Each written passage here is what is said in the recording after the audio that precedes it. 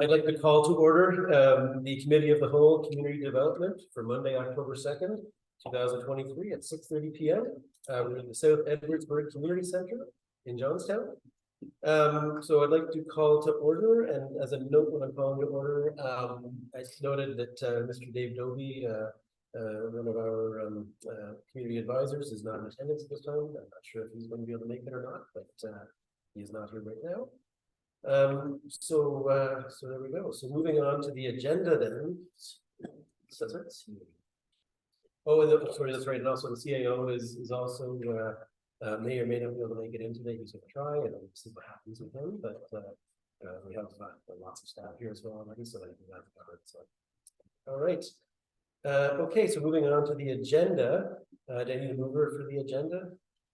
I'll move. Okay, moved by Councillor Smale and seconded by Mayor Deschamps. Sure. There we go. All right. So does anybody have any changes they want to make to the agenda? Everything looking okay? It's good. Okay, sounds good. So all right, all in favor? Okay, that's unanimous. Good to know. All right, so disclosure of pecuniary interest or conflict of interest and the general nature thereof. Does anybody have anything to claim? No disclosures, that's great. All right, moving on to number 4, business arising from the previous committee meeting minutes, if any. Does anybody have anything from the previous meeting that we need to address?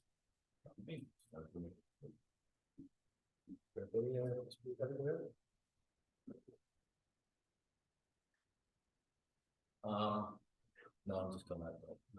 Gotcha. All right, so there's nothing there then. That's great. So then moving on to number 5, delegations and presentations. So we have a couple of delegations today. The first one is from the upper United Counties of Leeds and Grenville Children's Services, Early Learning and Childcare Directed Growth Strategy. And with us today we have Shannon Brown and Allison Tupac. Welcome. Exactly. Good evening, everyone. Thank you so much for coming. This feels like a welcome back. Exactly. Yeah, welcome back. You know, you were on the committee a few years ago, and thank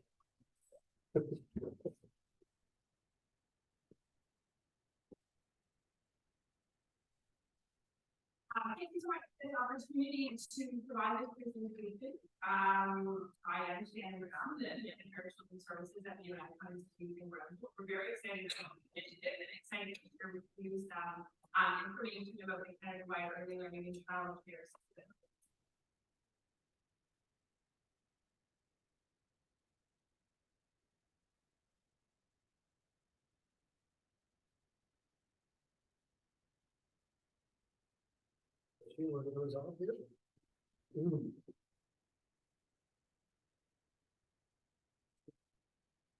oh, sorry. I should have actually. I'll add this quickly. We also have incidentally Cindy Smith here. She is online through Zoom, and it's pertaining to matter 6A number 1, which is the application for severance of the legal. And then we just had somebody from potential renewals. Yeah, and then potential renewals is just signed in, and they will be doing delegation number B, or that 5B. Sorry. Okay, sorry, Shannon. My apologies, I figured it out. So just a quick slide that you see before you was just an overview of what the Children's Services Department does. You know, obviously using Grenville. We have a variety of services and programs under our responsibility that we provide for all of our partner municipalities within the county. That includes directly delivering early on child and family centers, which are family listening programs that parents and caregivers can children. We do service system management of the licensed childcare system across Leeds and Grenville. We provide subsidy, a variety of different services that don't just include responsibility for licensed childcare.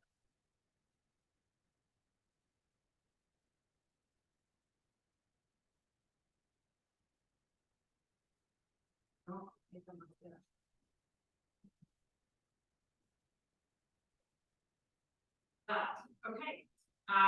So we are designated under the Child Care and Early Years Act, which is a provincial legislation, as the service system manager for the Child Care and Early Years system. That means that we are responsible for planning, oversight, funding, expansion, accountability of licensed childcare, both center-based and licensed homes, as well as early on child and family centers. We don't directly operate any licensed childcare programs, but like I said minutes ago, we do directly operate early on child and families. So licensed childcare programs that you may see when you're out in the community, for example, there's a licensed childcare program in South Edwardsburg, it's operated by Educare. We don't currently operate a childcare program like that. We will provide funding to that program for operations, to improve staff wages, to purchase play-based equipment. That particular agency would have significant county, which is the agreement for us to provide this fund for the service that they would provide in response.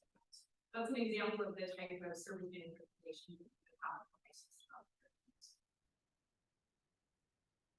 the current licensed childcare system in Leeds and Rebel is really a patchwork of center-based and licensed childcare spaces that are predominantly located in the more populated areas of Leeds and Rebel. So not surprising, the majority of licensed childcare spaces are located in North Grenville area. Currently there are 17 unique licensed childcare agencies across Leeds and Grenville. 5 of those are for-profit, 1 of those is the school board, the remaining are not-for-profit agencies. That represents 42 center sites, and the majority of these center sites are actually kindergarten school age spaces. So it would be before and after school for children who are attending school. We only have 1 licensed childcare agency at the moment. That's the YMCA of Eastern Ontario, which would cover all of Leeds and Grenville. And there, though this slide says 13 childcare providers in Leeds and Grenville, that's actually grown to 12 in the last week. So in total, there's 881 infants, toddler, preschool, or family grouping licensed childcare spaces in Leeds and Grenville. That is a significantly less number than there are children on that age group across the counties. And in comparison to that, there's 1,271 kindergarten school age spaces operating. And I underscore the word operating because there's actually far more licensed childcare spaces across Leeds and Grenville that are licensed to operate. But because of workforce issues, the inability to attract qualified early childhood educators to Leeds and Grenville to work in these programs, operators really struggle with maximizing the number of licensed spaces that they have available to them. So in comparison to the operating number, the licensed number is much higher. So you can see in this particular chart, broken down by regions, the comparison between licensed spaces and operating spaces. So we have grouped together communities that are co-located next to one another. So if you were to look at the top row, we've got Rideau Lakes and Westport. The next row would be North Grenville and Wolford. Then we've got Furnace together with Augusta, Rockville, Mississippi, Athens, Frenchville, and just those regions. The column directly beside that represents the number of licensed childcare spaces for those younger age children, infant, toddler, preschool. So, for example, if we were to look at the third row and we sort of Cardinal Southland with Augusta combined, there's 109 licensed infant, toddler, preschool childcare spaces in those communities together, not unique, but together. In comparison, 108, so just one less is actually operating. But if you were to look just below that in Rockville, for example, Rockville is there's 294 licensed spaces, but only 260. If you were to move further to the right of that, as a representation of the kindergarten school age spaces that exist. So again, looking at grouping of Edwardsburg, Cardinal, Augusta, there are 282 kindergarten school age spaces that are licensed to operate, but only 222 of those spaces are actually operating.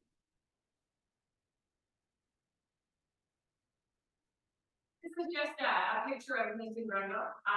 If you had a closer copy, which we can provide to you, we have identified where the centers are actually located across the county. So you can see they are located in the more populated.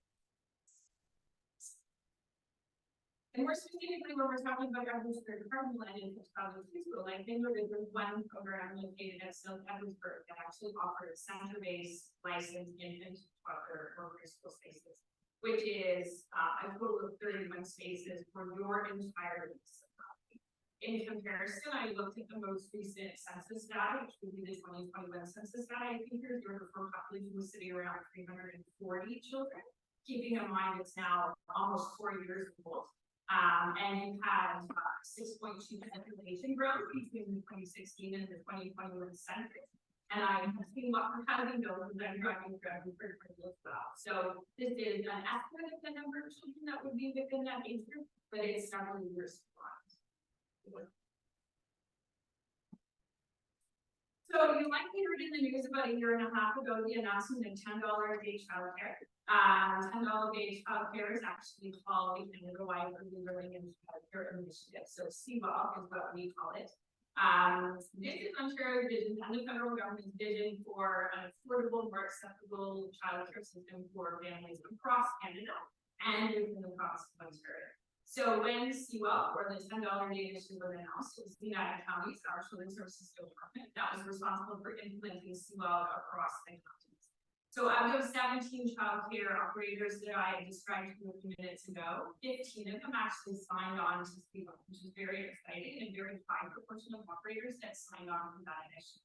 We are in discussions with a 60, which we are confident is going to enroll in CWAC.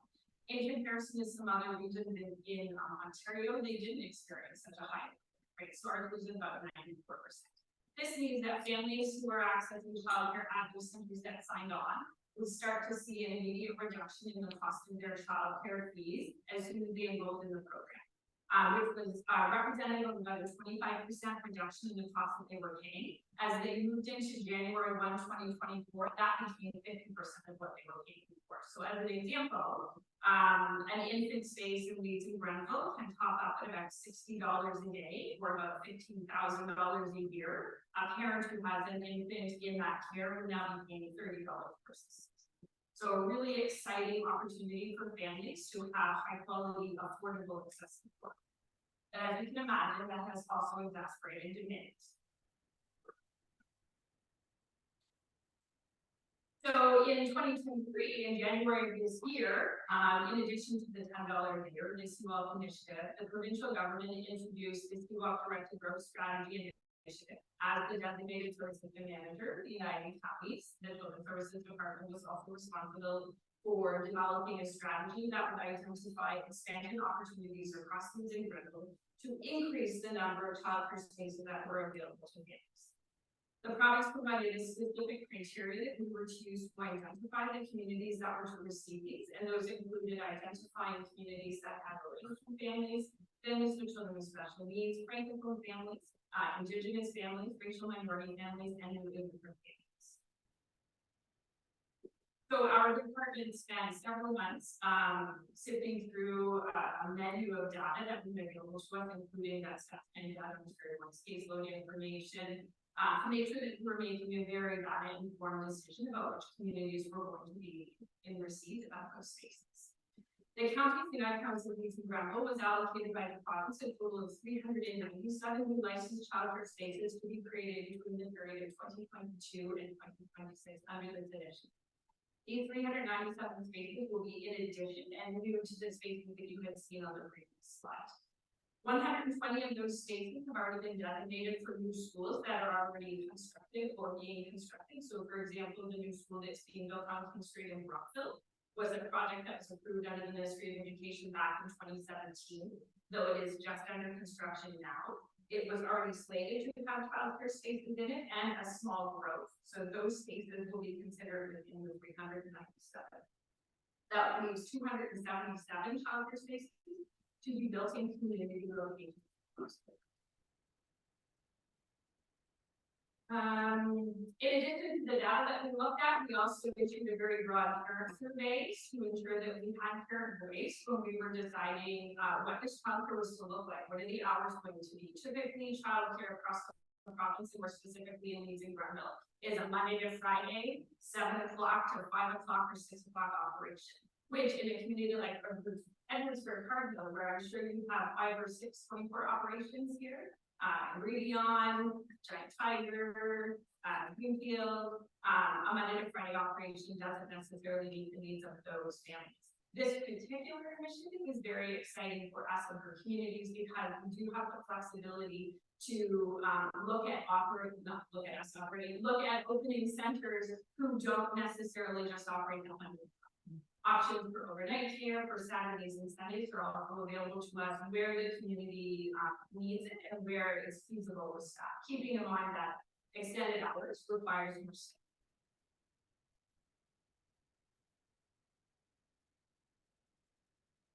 Because of the data that was through and the responses that we received from families, it was really clear that we needed to focus in on building out those infant toddler preschool spaces. We recognize that there are families across the counties who may not have access to licensed childcare for their kindergarten school age children at the moment. But because of that disproportion of a higher number of kindergarten school age spaces already being available, we really felt that these 397 spaces had to focus on increasing the number for the younger age. We also heard from families that it was really important to them that these childcare programs were reflective of all of the wonderful assets that we have across the communities. So our expansive waterway, like the St. Lawrence River, Trunston Lake, all of the waterways, the abundant forestry lands, the Canadian Shield that you can't help notice when you're driving across the counties, a growing arts community, a robust agricultural operations, and manufacturing excellence is really what families are thinking of when they think of the United States. And so for them, the spaces in these places that we're building for center-based childcare really needs to reflect that, whether it be in the decor, the elements inside, that it really represents the community that those children are coming from. So this is the allocation of spaces that the county has identified under the 397. And again, that grouping that I showcased a few minutes ago, where the municipal partners are kind of located beside each other, is the same grouping that we can use. So you'll see here on the third row, Edwardsburg, Cardinal, Prescott, and Northern Prescott have been grouped together and have been identified to receive 66 brand new licensed infant childcare and preschool spaces. We have not narrowed that down to a specific community because we are looking at trying to open up in all three of those communities a combination of those 66 spaces. But because of the availability or lack thereof of existing infrastructure to be able to do that, the proportion of those spaces is really going to be dictated by the next steps of this. To ensure a fair and transparent process for the awarding of this contract, because we will be looking for third-party childcare operators to operate these childcare spaces. We have just released our expression of interest 2 weeks ago, which is on the county webpage. So we're encouraging all our municipal partners to promote that as much as possible, because we're looking to those operators to identify and opening up additional spaces in the communities that we have designated as of interest to them. The Ministry of Education has set a required ratio of not-for-profit versus for-profit licensed childcare spaces from 0 to 5 that we have to follow. So that will significantly restrict the number of these spaces that could be operated by a for-profit operator. Essentially, that means the majority of the spaces that will be created under the 397 will have to be operated by a non-for-profit. And it is a requirement that any operator that is selected for this initiative enrolls in CWAP, which means that all of those 397 spaces will be subject immediately to that reduction in ERP so that parents are experiencing affordable childcare, which is also very exciting. The counties have received provincial funding to support the creation of these spaces. However, at this time, the funds cannot be used to purchase land or build a new building. So we really do need to look at existing infrastructure and the renovation of that infrastructure to make these spaces come to fruition. The funds can be used for minor renovations, retrofitted an existing space. We're able to provide the operator with the toys, the equipment, the pots, the tables that are needed to make that space rich in learning materials and reflective of the community like we talked about. We also will be able to provide the operator with ongoing operational funding to offset the reduced revenue that they'll be not receiving from parents with the lower cost. And we do have workforce compensation funding that we can provide to help boost up the wages of an RHC just slightly based on the position.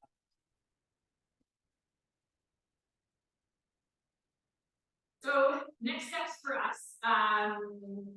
We did receive from Edwardsburg Cardinal, thank you so much, the inventory of potential space. So there were 2 possible locations identified in Spencerville, as well as 2 possible locations identified in Cardinal for us to do a little bit more digging. So that's very exciting.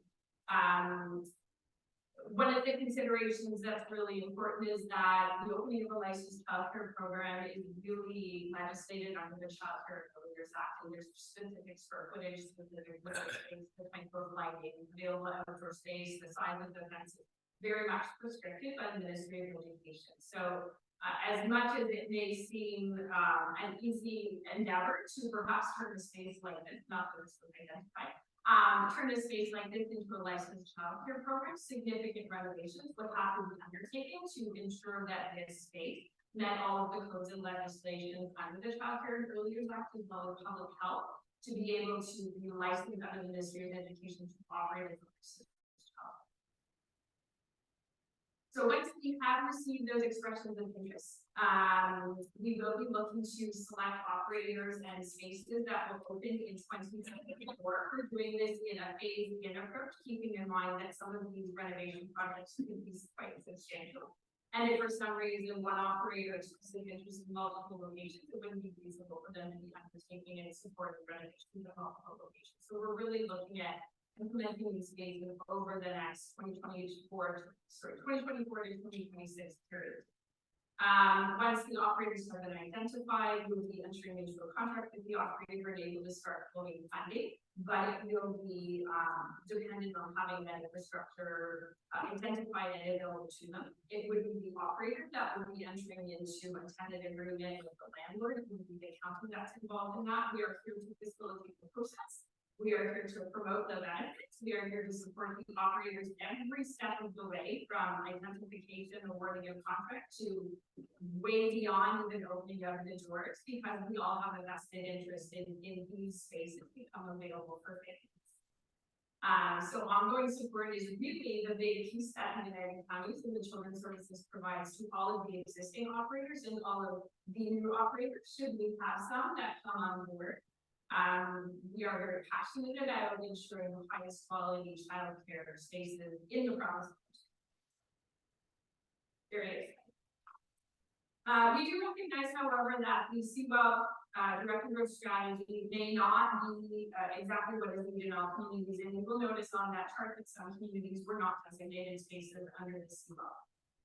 Those communities that were not designated spaces was because through all of that data analysis, we were not able to identify the populations that the province of Ontario had mandated in those communities. But as I said, we are very committed to growing the licensed child care system and using rentals. So while an operator may submit an expression of interest and not be granted approval under this initiative, we continue to investigate under our current funding formula and our funding envelopes what we might be able to do to support an operator open up those spaces, whether it be a provision child care subsidy, which is something separate from CWEL, to make child care more affordable, whether or not we can support their staff with training, the purchase of play-based toys and equipment. We really do try to support a really broad system growth and system health wherever possible.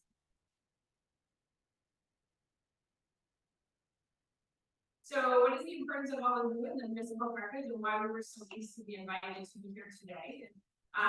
We really do see this as a partnership with our municipal partners to make these spaces come to fruition and that ongoing support. So, just the completion of that inventory and identifying to us the 4 possible locations that we can investigate helps us be further along in that process than us having to do that.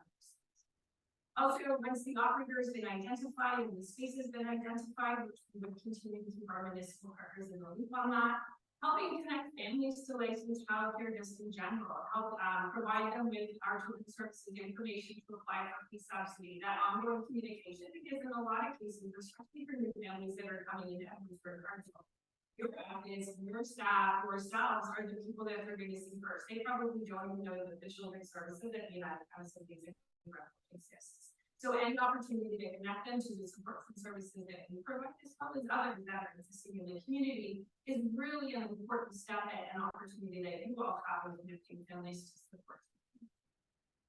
And then also the Good program will not supporting and encouraging a connection between the new child care and the community, embracing the new child care programs in Edmundsburg Cardinal, seeing them as part of your community, seeing them as part of your economic growth strategy, thinking about how you can support our professional workforce and really embed the child care programs into your ongoing community would be really key, as we want these programs to feel and be part of.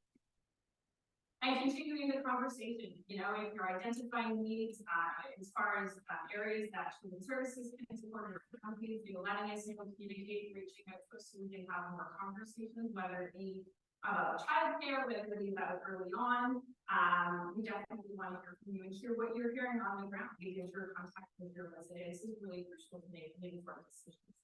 And just your ongoing support and partnership opportunities like this to be able to come and present initiatives that are happening across the country, not just in your community, but in other communities, is really, really valuable to us to better understand the needs of all the residents. Children's services is quite unique in that the majority of our programs are very universal. So our Early On, for example, that operates out of the Ingredient Center in Cardinal is for all parents. It's not just for a particular self-centered or adoptive parents. We do have the benefit of supporting anyone who has children 0 to 12, more specifically 0 to 6 in our Early Ons. And so any insights and information that you have that you can provide to us will help us to have this. Thank you so much. Thank you very much, Shannon. That was, you know, I knew I was going to let you go past 10 minutes, so I didn't even. Yeah, it's okay. It's something that's been near to my heart. We've had some chats about it. My wife is in the industry as well, and you know, as a result, I've become passionate about it as well. So I'm really glad to see this news and be able to invite you here, because I do think it's an important topic, and it's something that you know, we all came off a campaign last year, and I had talked to so many people who have.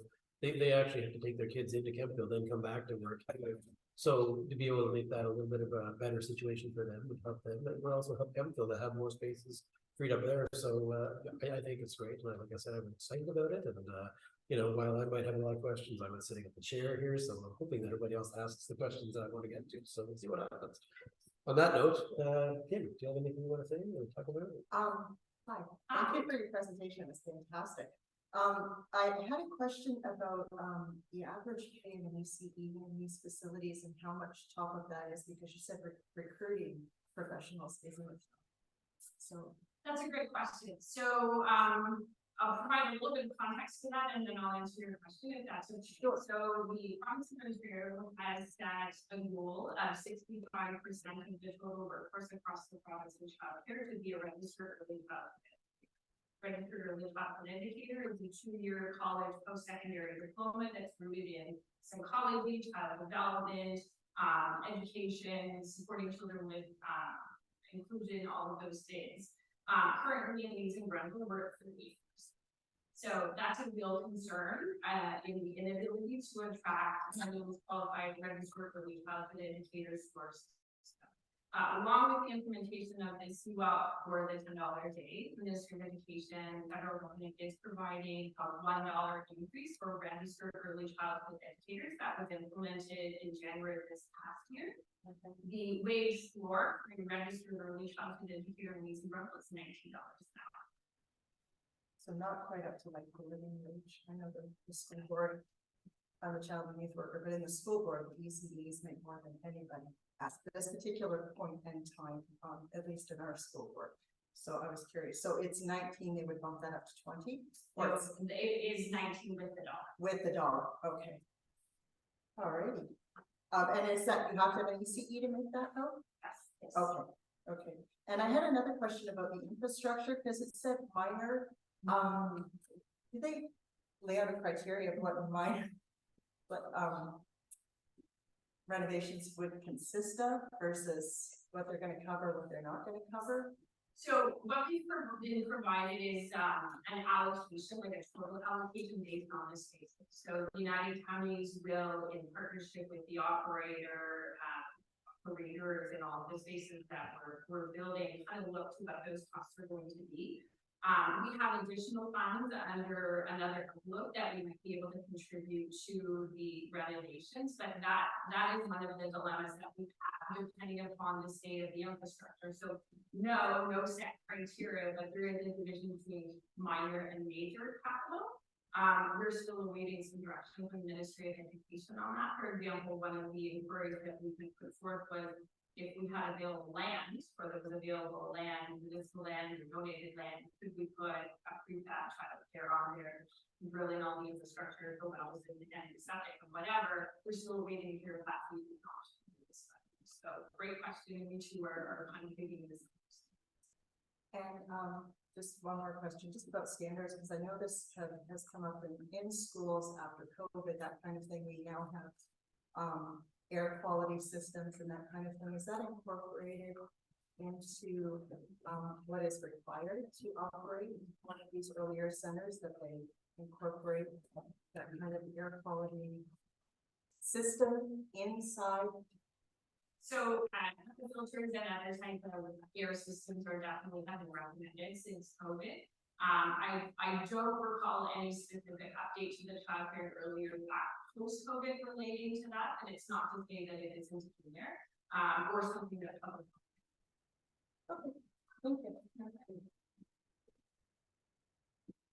I do just one question, the Seawell, great presentation, by the way, thank you.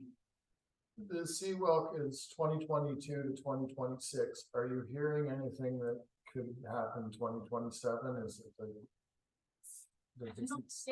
Point. However, Seawalk is a federal initiative that was negotiated between the federal government and each one of the provincial governments.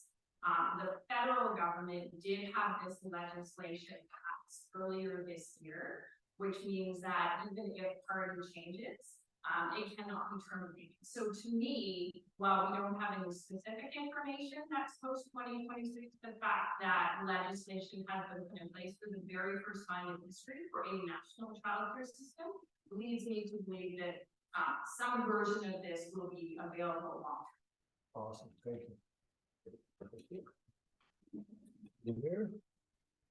Yes, thank you, Mr. Ward, and thank you, Shannon, for a great presentation. I just have just a couple. First of all, page 10 of 131, and it's just the Everett Cardinal Prescott North Augusta. How come we just don't put Augusta Township? It kind of took me by. I was trying to figure out why is this, because Maynard School has a. So North Augusta included, like Augusta Township. It So- wasn't so- intended to be specific so real- to North Augusta. It is just strictly North Augusta, so it's not taking, so it It's should all- be Augusta Township then. all- Augusta Township, good, okay, thank you. And 397 new childcare spaces we're trying to get up and running before 2026. Can we do it?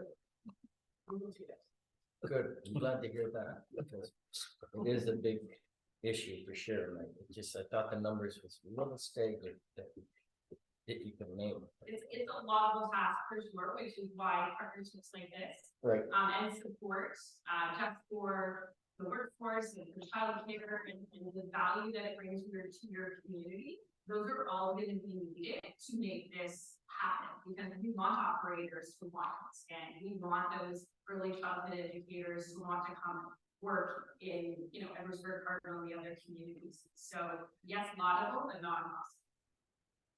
page 19, 131, and it's just the ratio of non-profit. How not for profit? What's the ratio? How can we do that? Like for non-profit, like if I wanted to get into daycare, how can I, with the ratio that you're like, what's the ratio for non-profit? It says ratio of not for profit versus for profit. Yeah, so the federal government is very much focused on using public dollars for not-for-profit childcare. So to support that vision, each one of the provinces have to maintain a threshold or a ratio between the number of not-for-profit and for-profit centers. So we have to maintain the current ratio that we have in our system using rental. And if I'm recalling right, I think currently 78% of our spaces are not for profit, and then the remaining 22 are for profit. And so we had to use that same ratio and apply that to the 397 spaces, which then resulted in us being able to identify how many of the 397 could possibly be operated by a for profit. That's gonna be a hard one too. So we were too good to begin with, and it's cost us. Maybe it's not the right way to say that, but You're very confident. You've already had a submission for an expression, and it's not necessarily for everyone's very located. So, I consider the relationship that we have with the existing child offers to be quite significant and very healthy and trustful.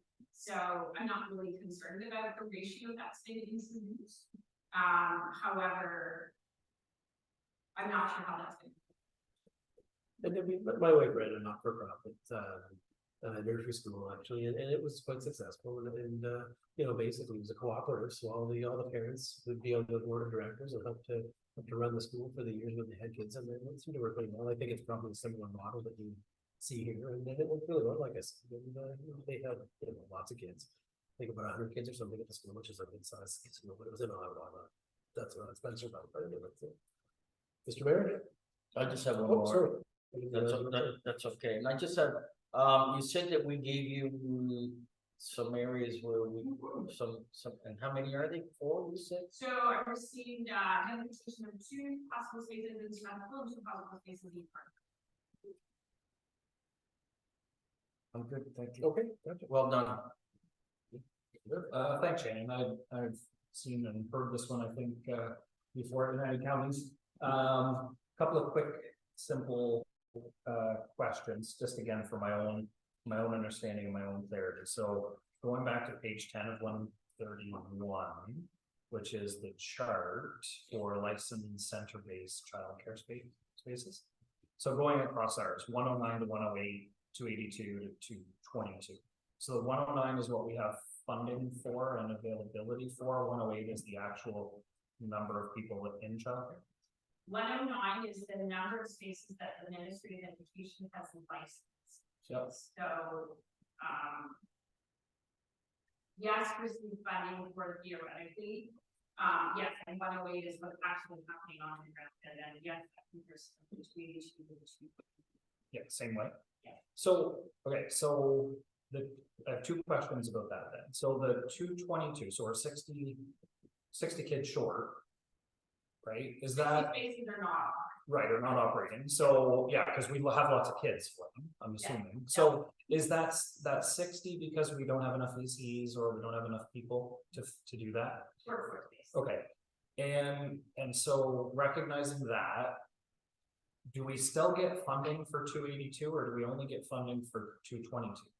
So we get funding for 282 for all of the funding efforts, not just you. So we receive a variety of different envelopes of funding that make up kind of the full budget of what we offer. So we receive funding for tuition and staff training, childcare and support and inclusion and all those things. So it would be based on the number of licensed spaces that are in using them.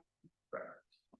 So we would still receive the 282, even though there's only 222. Yes, however, in our reconciliation, those unspent funds would be reserved. Okay, and so, and then that leads me to, okay, so I guess I'll continue if that's okay with the chair. So, $10 daycare, it's not really $10 daycare, right? Because ultimately, if it was $60 before, it's seen a reduction of 50%, basically, right? Well, that's just the 50% reduction, there's further reductions to come. Yep. So what it will be at 2026 is $10 a day on average across the province. Right. Okay, just for clarity, because I think there's a little misconception with that as well. Yeah. I think it's fantastic that we got for Augusta, Prescott and Edwardsburg Cardinal 66 new positions. I don't think we're going to have any problem filling those with children. It sounds like we're going to have a problem filling them with workers. My question in relation to that number is that's reflective of now. But as we continue to move forward, I mean, you know, you pointed out a growth rate of 6.2. Our last year growth rate was 9.2. And so we expect that, you know, to continue, you know, with Housing Accelerator and with Building Faster Fund, that sort of stuff. So are we continuing to try to add to that stock? Yes, so the Ministry of Education has committed to an annual recalibration of the total number of spaces that have been identified, because as you can imagine, the challenges in implementation are not specific just to us in Grenville trying to build the number of spaces in Toronto that have been designated, or Ottawa, or for state Grand County will perhaps not necessarily come with permission. So we've actually just submitted this past week an updated status to the Ministry of Education, if you will, where we had an opportunity to request additional spaces and we have. So we have put in a request for additional childcare spaces. Whether or not they'll get approved or not, I'm not sure, but we continue to ask for additional spaces, recognizing that our data is a couple of years old and we do have some growth areas.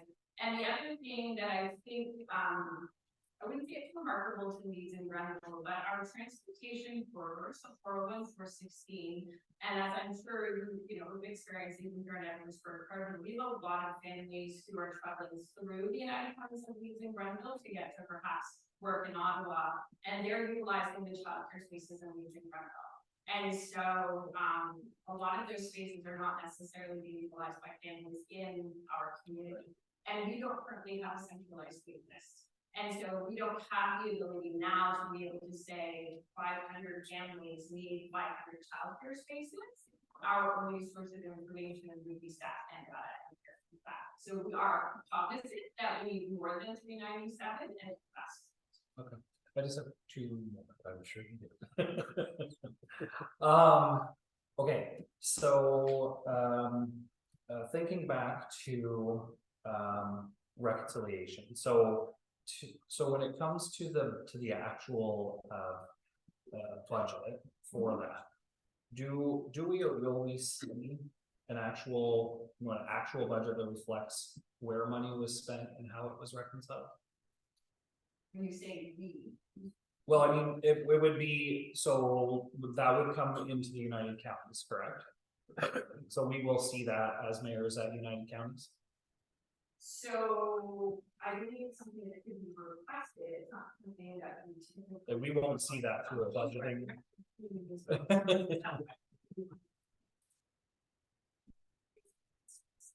State reconciliation at that level of detail, but it's certainly available for joint search. Okay, so if somebody wanted to see how the amount of dollars that came in versus how they were spending, how they were, they could request that and it would be available.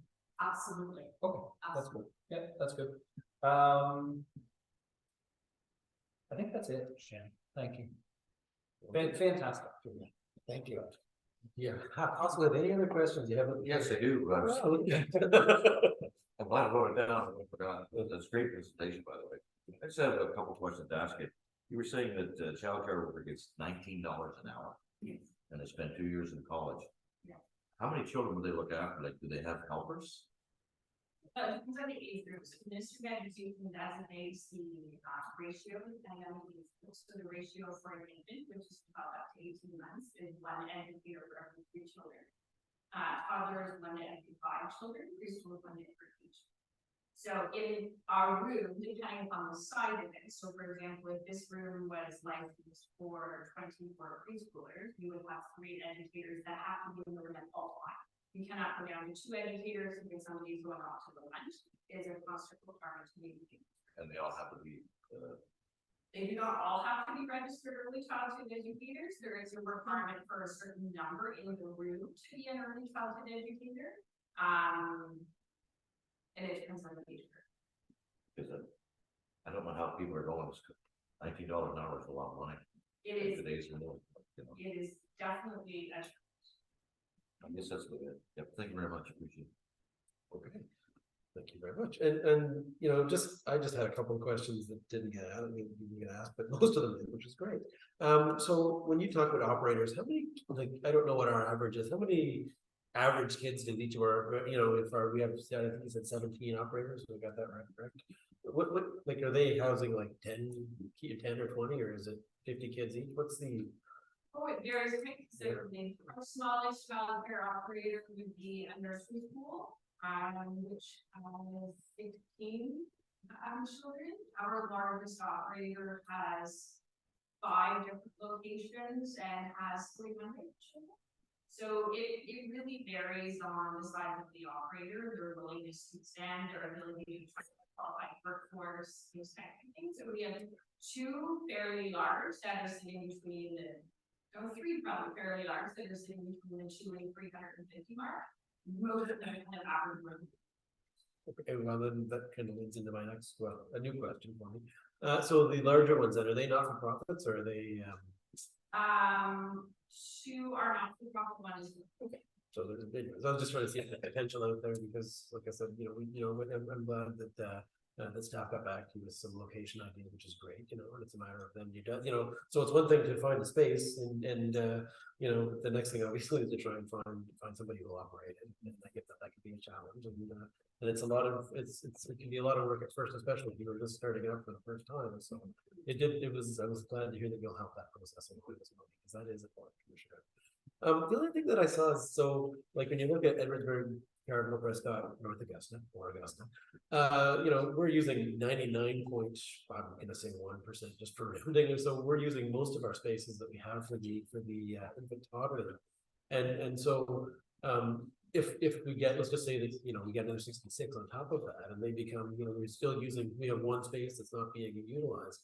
Is it, would you be able to shift things around if, say, Frito Lakes, it seems to be they're using about 80% of their spaces, would you be able to move that around, or is that? Between the regions. Yeah. It's, oh, Because of the uncertainty of our ability to actually implement in these communities, the infrastructure, the willingness of the operator. We've maintained it at this level, knowing that these numbers at 2026 will probably not look exactly the same. So if, for example, if we were unable to find any operators or any infrastructure in the first region, which is Frito Lakes, Westport, all of those cases would be transported and implemented someplace else, so that we would create those 300. yeah, thank you, because I was just worried about the ratio that we were at. I just sort of thought like even 66 more will get gobbled up quickly. So I guess I have one to ask in relation to that, and it was one that I was avoiding, but I think I'll go there soon. So since I opened the so financial demographics. Yeah. Right, in relation to this discussion, right? Like we've seen numbers at the counties where and I won't quote them because I don't remember them, but certainly North Grenville, right? The average family income is much higher than the average family income in either Edwardsburg, Cardinal, or especially Prescott, from my recollection of that data.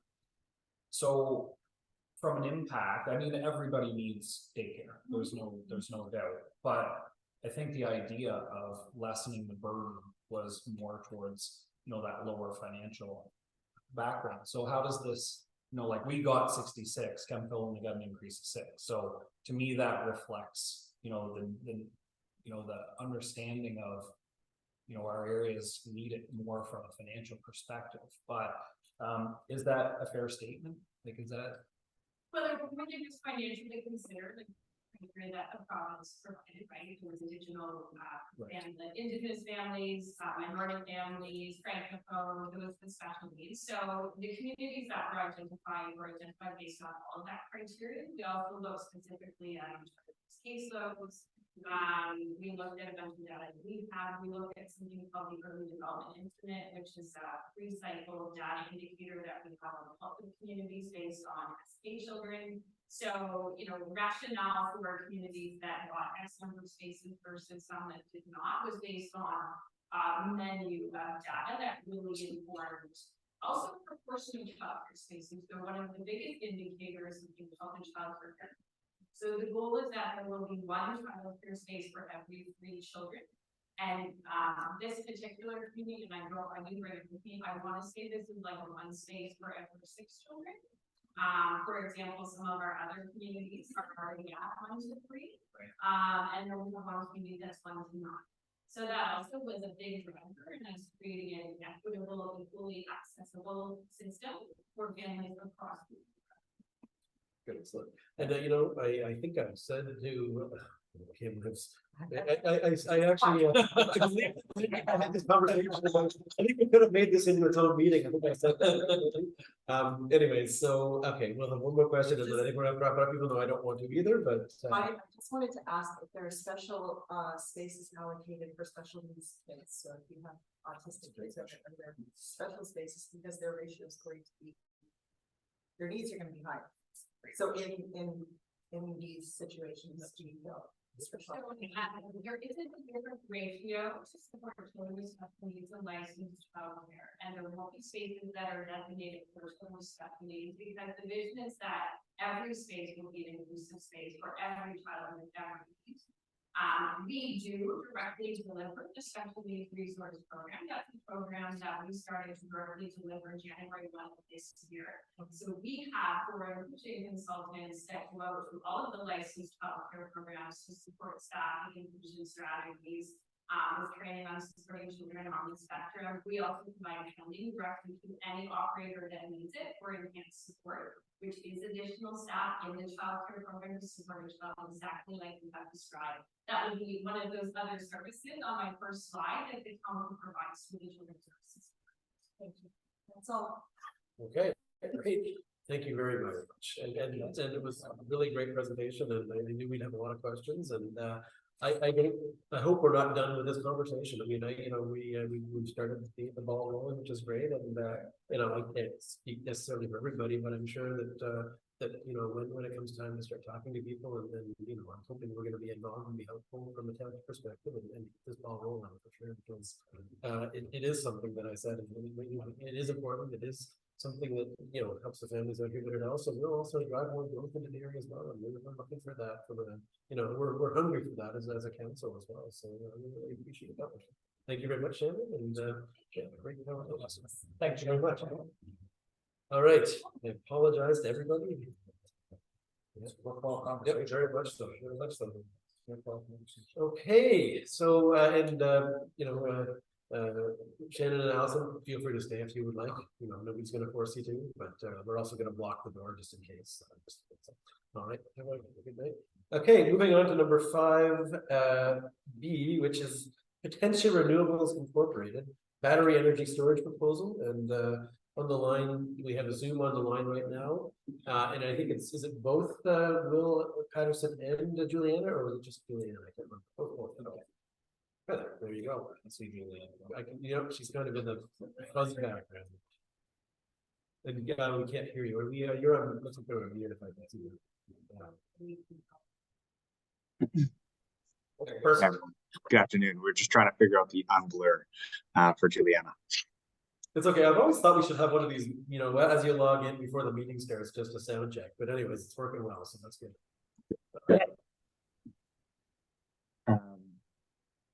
So I wasn't sure if Wendy was going to share the presentation. So we all have the presentation in front of us. We don't have it unfortunately for guests, but we have it in front of us anyways. So you have it on your package. Okay. Share the screen. Sorry, I think the screen is shareable. Okay, we can pull it up. Just a second. No question. I'm just copying.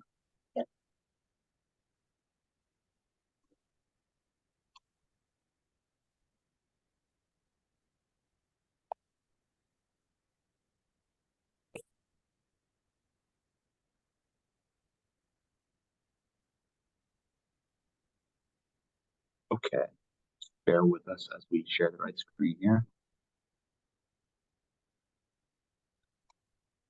And can you guys see this okay?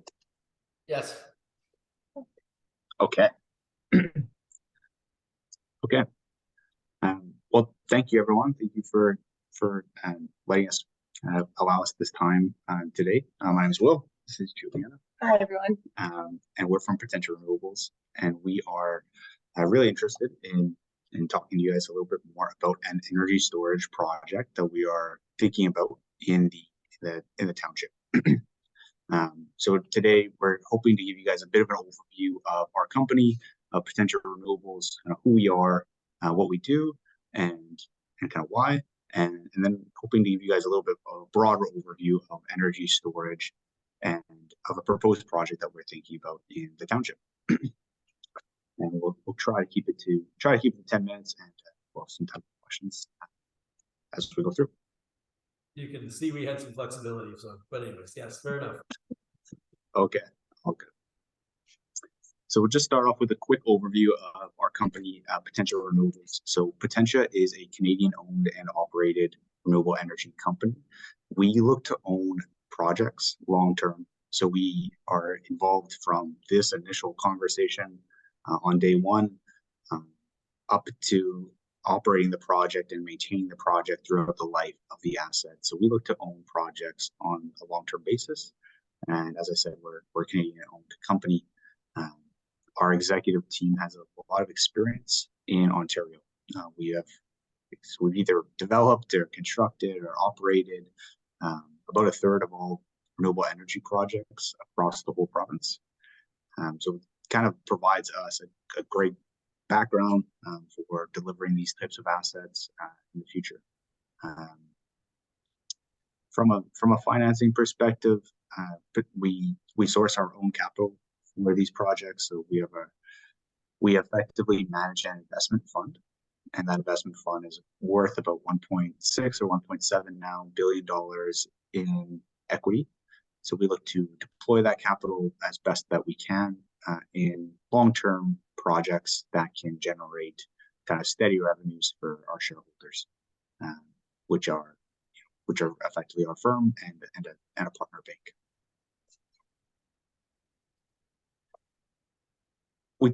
We brought up our mission and values because, you know, sometimes, at least for myself, if I think of a company that has, you know, that strong of financial backing, sometimes it can get a little less personal. Whereas I feel like our team is the opposite of that. I feel like we are a pretty personal group, all the way up to our CEO.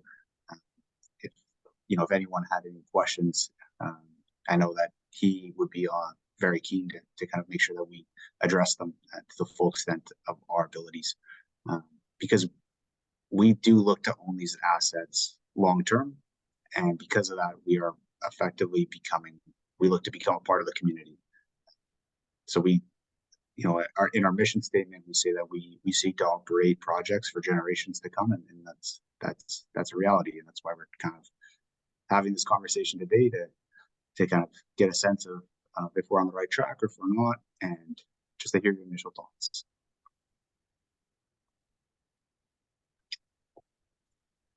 Potentia has projects across North America. We own a variety of assets, from a large portfolio of wind projects in Alberta to a large portfolio of wind projects in Nova Scotia. We are developing energy storage throughout Canada right now, and we have two projects actually in Texas that we are about to start construction on in about 2 weeks.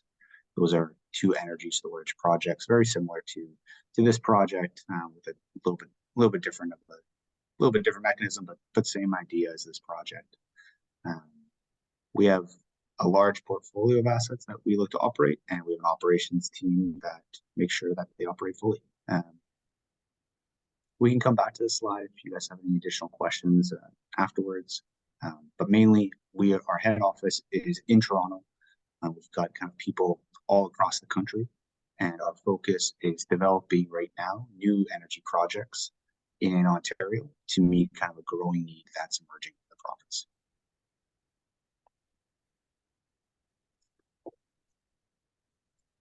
On the growing need in Ontario, there's kind of two needs that the ISO, or the Independent Electricity System Operator of Ontario, has identified, and both of them are very near-term needs.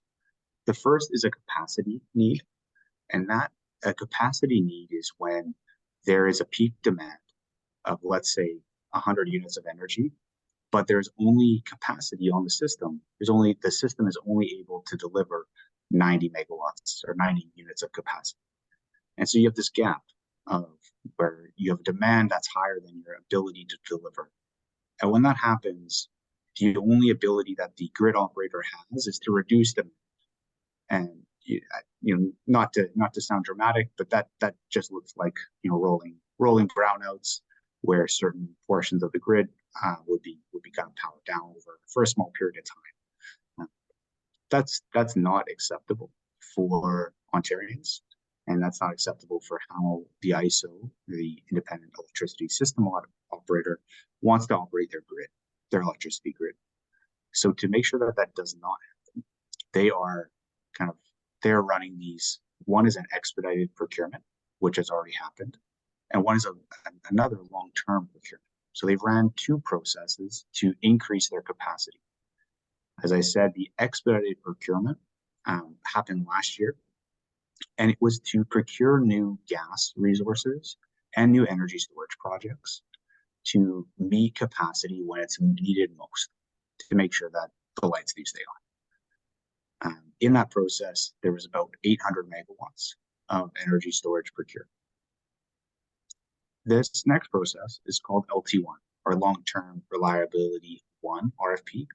And in this process, 1,600 megawatts are expected to be procured. And that's really what our project that we're thinking about in the township is proposing to do. We're proposing a large energy storage project in the township to meet the ISO's request for proposals that is actually due in December. The final proposal, or the final RFP, was actually just released like 3 days ago at the end of September. So this is kind of fresh off the press.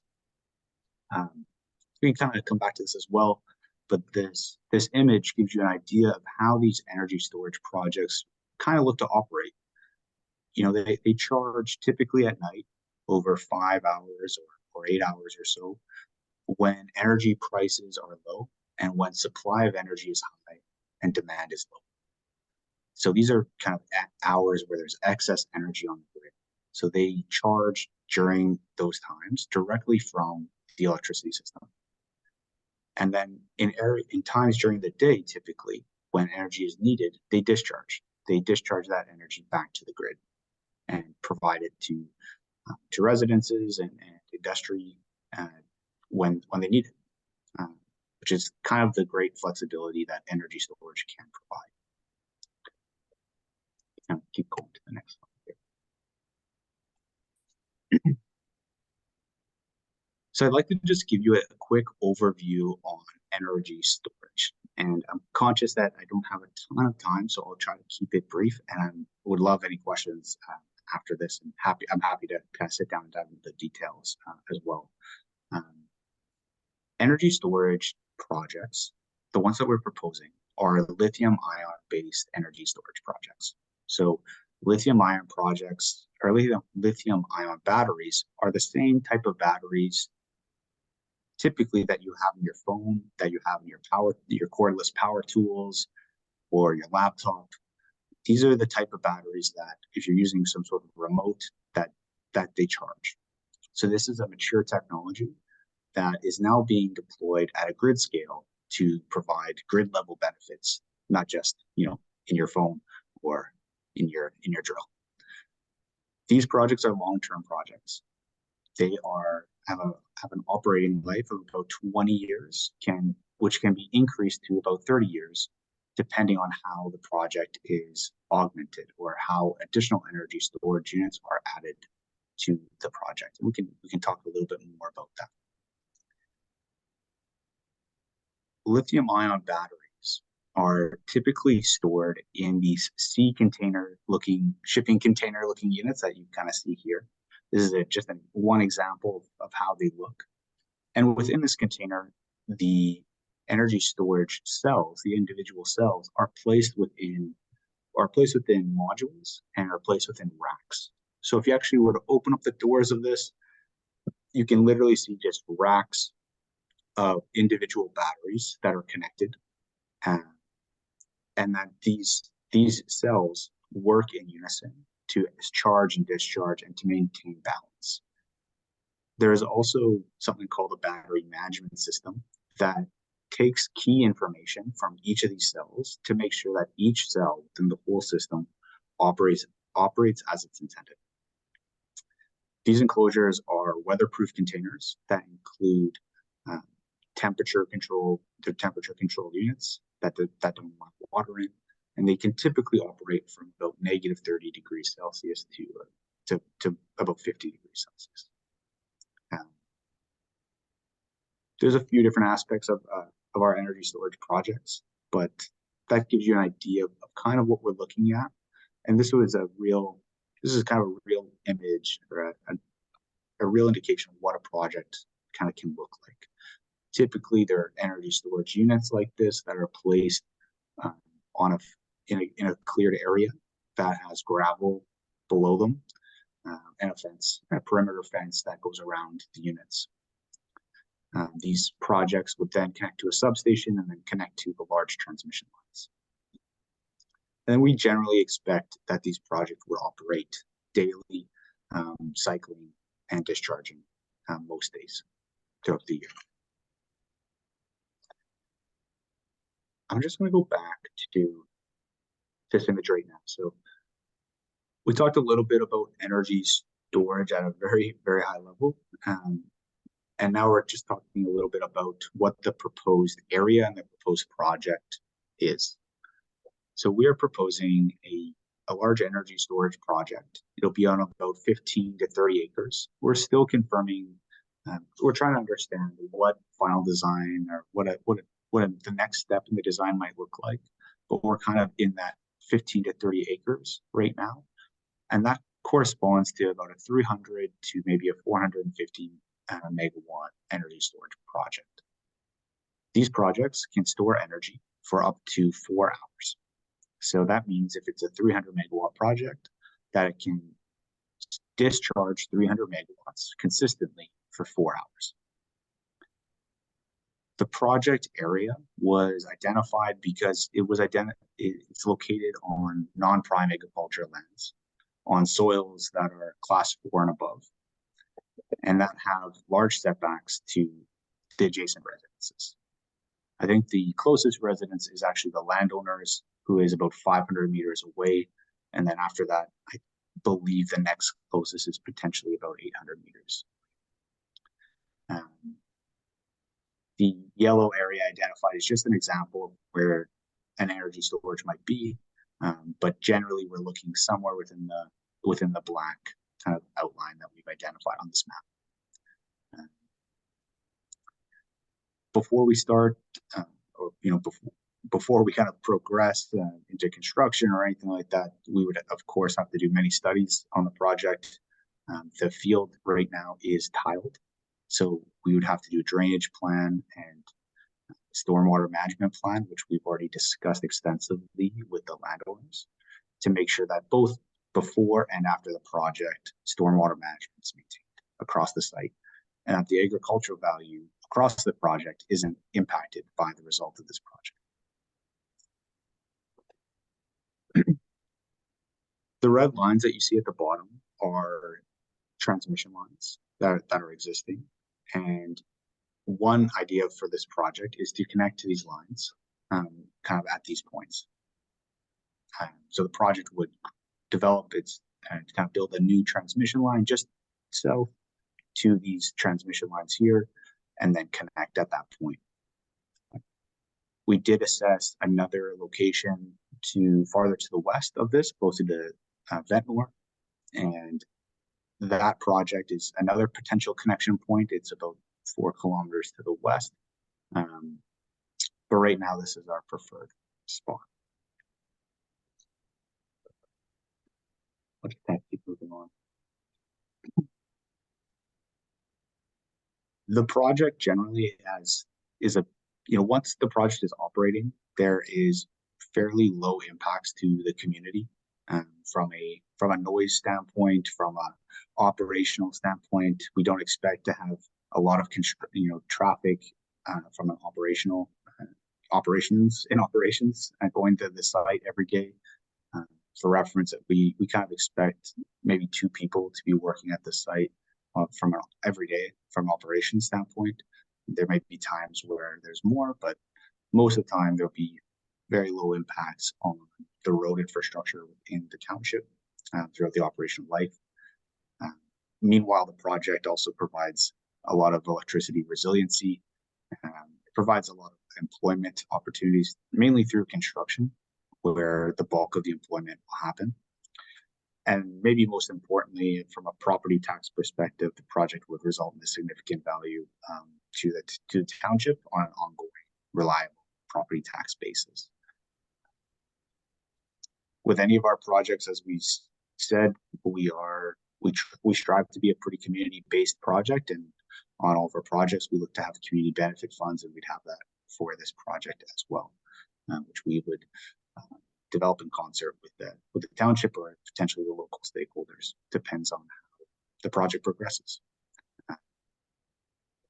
This is a pretty early stage project right now, and really the point of really our intent of coming to council right now is to provide a quick update on what we're thinking about, to hear some feedback and your thoughts, and to let you know some of the next steps that we're thinking about. We are thinking to have an open house on this project towards the end of October, and that'll be a public open house where we'll let the adjacent landowners know, and kind of do a public notification and just to see if there's anyone interested or have any comments or thoughts or concerns about the project. We want to hear those early before we bid the project, so that we can tailor the bid or tailor our designs to make this project work for this community. We also, as part of the RFP, the ISO is requesting that townships and communities, or that proponents like us, approach townships and communities and request municipal support for these projects. That municipal support is not providing any sort of permitting approval for this project at all. And it's really just saying that the project is not overly opposed by the council. And it's an indication, because the Green Energy Act no longer exists, that the council is generally supportive of these types of projects. Or if it's not, that's also why it's there for. Ultimately, receiving municipal support is a requirement for these projects to move forward. Whether it's before the bid or after the bid, for these projects to move forward, it will only move forward if the council is supportive of these types of projects. Okay, thanks. Thank you very much, Will. I think you pretty much wrapped it up. I get the feeling you were kind of winding it down. Yeah, that's it. Okay, excellent. Yeah, we've had a few people sort of kicking the tires around here as well. So, some of us at the table have seen similar proposals, I guess, or similar information packages, I guess is the best way to look at those. So appreciate it, but that's great. Okay, from this perspective, any questions? Do you have anything? Yes, Mr. Councillor Smith? That's a good presentation. I really enjoyed it. I just got maybe 2 or 3 questions for you. There's something else I would believe. How much noise is generated by the battery enclosures? Is there any noise involved in that at all, or they hum? Or? Yeah, so noise is actually a really important part of these projects. So Ontario has very, very strict noise requirements. It's 45 decibels from 7 a.m. to 7 p.m. and 40 decibels after that. And because we expect to operate the project sometimes at 7 p.m., we design the project to align with the 40 decibel limit. During the noise from the batteries are actually not, there's no noise really generated. There's a kind of a slight hum, but there's no real loud noises generating from the energy storage facility during the energy transfer process, during discharging and charging. The noise actually stems from heating and cooling these systems, mainly from HVAC systems. So there is noise as a result of these, and the noise has to be within the 40 decibel limits. At least that's how we design them. And because of that, we'll look to install noise walls on the project to make sure that the closest receptor or the closest vacant lot receptor, we are within that 40 decibel limit. Another question. Thank you very much. Another question I have is, I see that in the picture, how many of those containers would be in a 30-acre? Like I think it looks like there's 32 to 34. That's a good question. I actually don't know the exact number. Generally, we can get back to you on that. But generally, there's about 20 megawatts of energy storage units. That includes the whole kind of system, can be installed per acre. And I can get back to you on the actual number of containers that would include. Maybe that's great. Another one for you. Do they sit on pavement or grass, or what do they sit on? They're set on gravel. So we would be placing gravel above this. Okay, my last question for you is, will the township benefit from any of the profits that you guys are making? Or are we just gonna collect tax on it? I'm not sure if I caught, will potential profit from any of the benefits? Yeah, that was it. It was the question was, is there any, I guess basically profit that comes to the township, other than the tax revenue office? No, there's no. And apart from the property tax and if we do the community benefit fund, there's no royalty or anything like that. Okay, yeah, that's okay, it's okay. One question I have that concerns me is, transformers that are on poles. If you park a car anywhere near it, it drains the life right out of your car battery. I've experienced it, I've seen it. Do these, send any kind of stuff out in the air that would drain people's batteries? Hydro and stuff? So the site is, I'm not sure about the concern, but the site is located about 500 meters away from the closest residence. With any electricity generating site or even your fridge, there will be like a magnetic field that's around that. But it's not an ionizing like radiation or anything like that. It's a standard magnetic field that you would expect even in your own home. Okay, thank you very much, appreciate it. Mr. Mayor? Yeah, thank you for the presentation. Just a quick question, just looking at your website before the meeting, noticed that to date, there are no battery projects listed on your website, just solar and wind projects. Is this the first storage project? So we don't have any operating energy storage sites. We have two projects that are about to go into construction in about 2 weeks in Texas. And those will be our first energy storage sites. And in the presentation today, it just said Dobie Lands, but it didn't actually give a full address for us to look at the site. It just shows us a Google Earth image, but I couldn't find an actual address or a location so that I could look at it myself. Fire suppression concerns me. You know, there's lots of things that concern me about battery project. So one, I'd like to actually know the exact address of it. Other than that, I have no more questions. Okay, we can follow up on the exact address after this. And if there are kind of additional questions on fire, we can follow up with you separately and kind of address specific questions. Okay, thank you. I'm good because Mr. Mayor and my councilor took my questions. Councilor Hardo, you're good? Oh, yes, sorry. Hi, thank you. I had one question about the shelf life of these batteries and how you go about disposing them. Like, what is the environmental impact of this project? What is the environmental impact of the project at the end of life?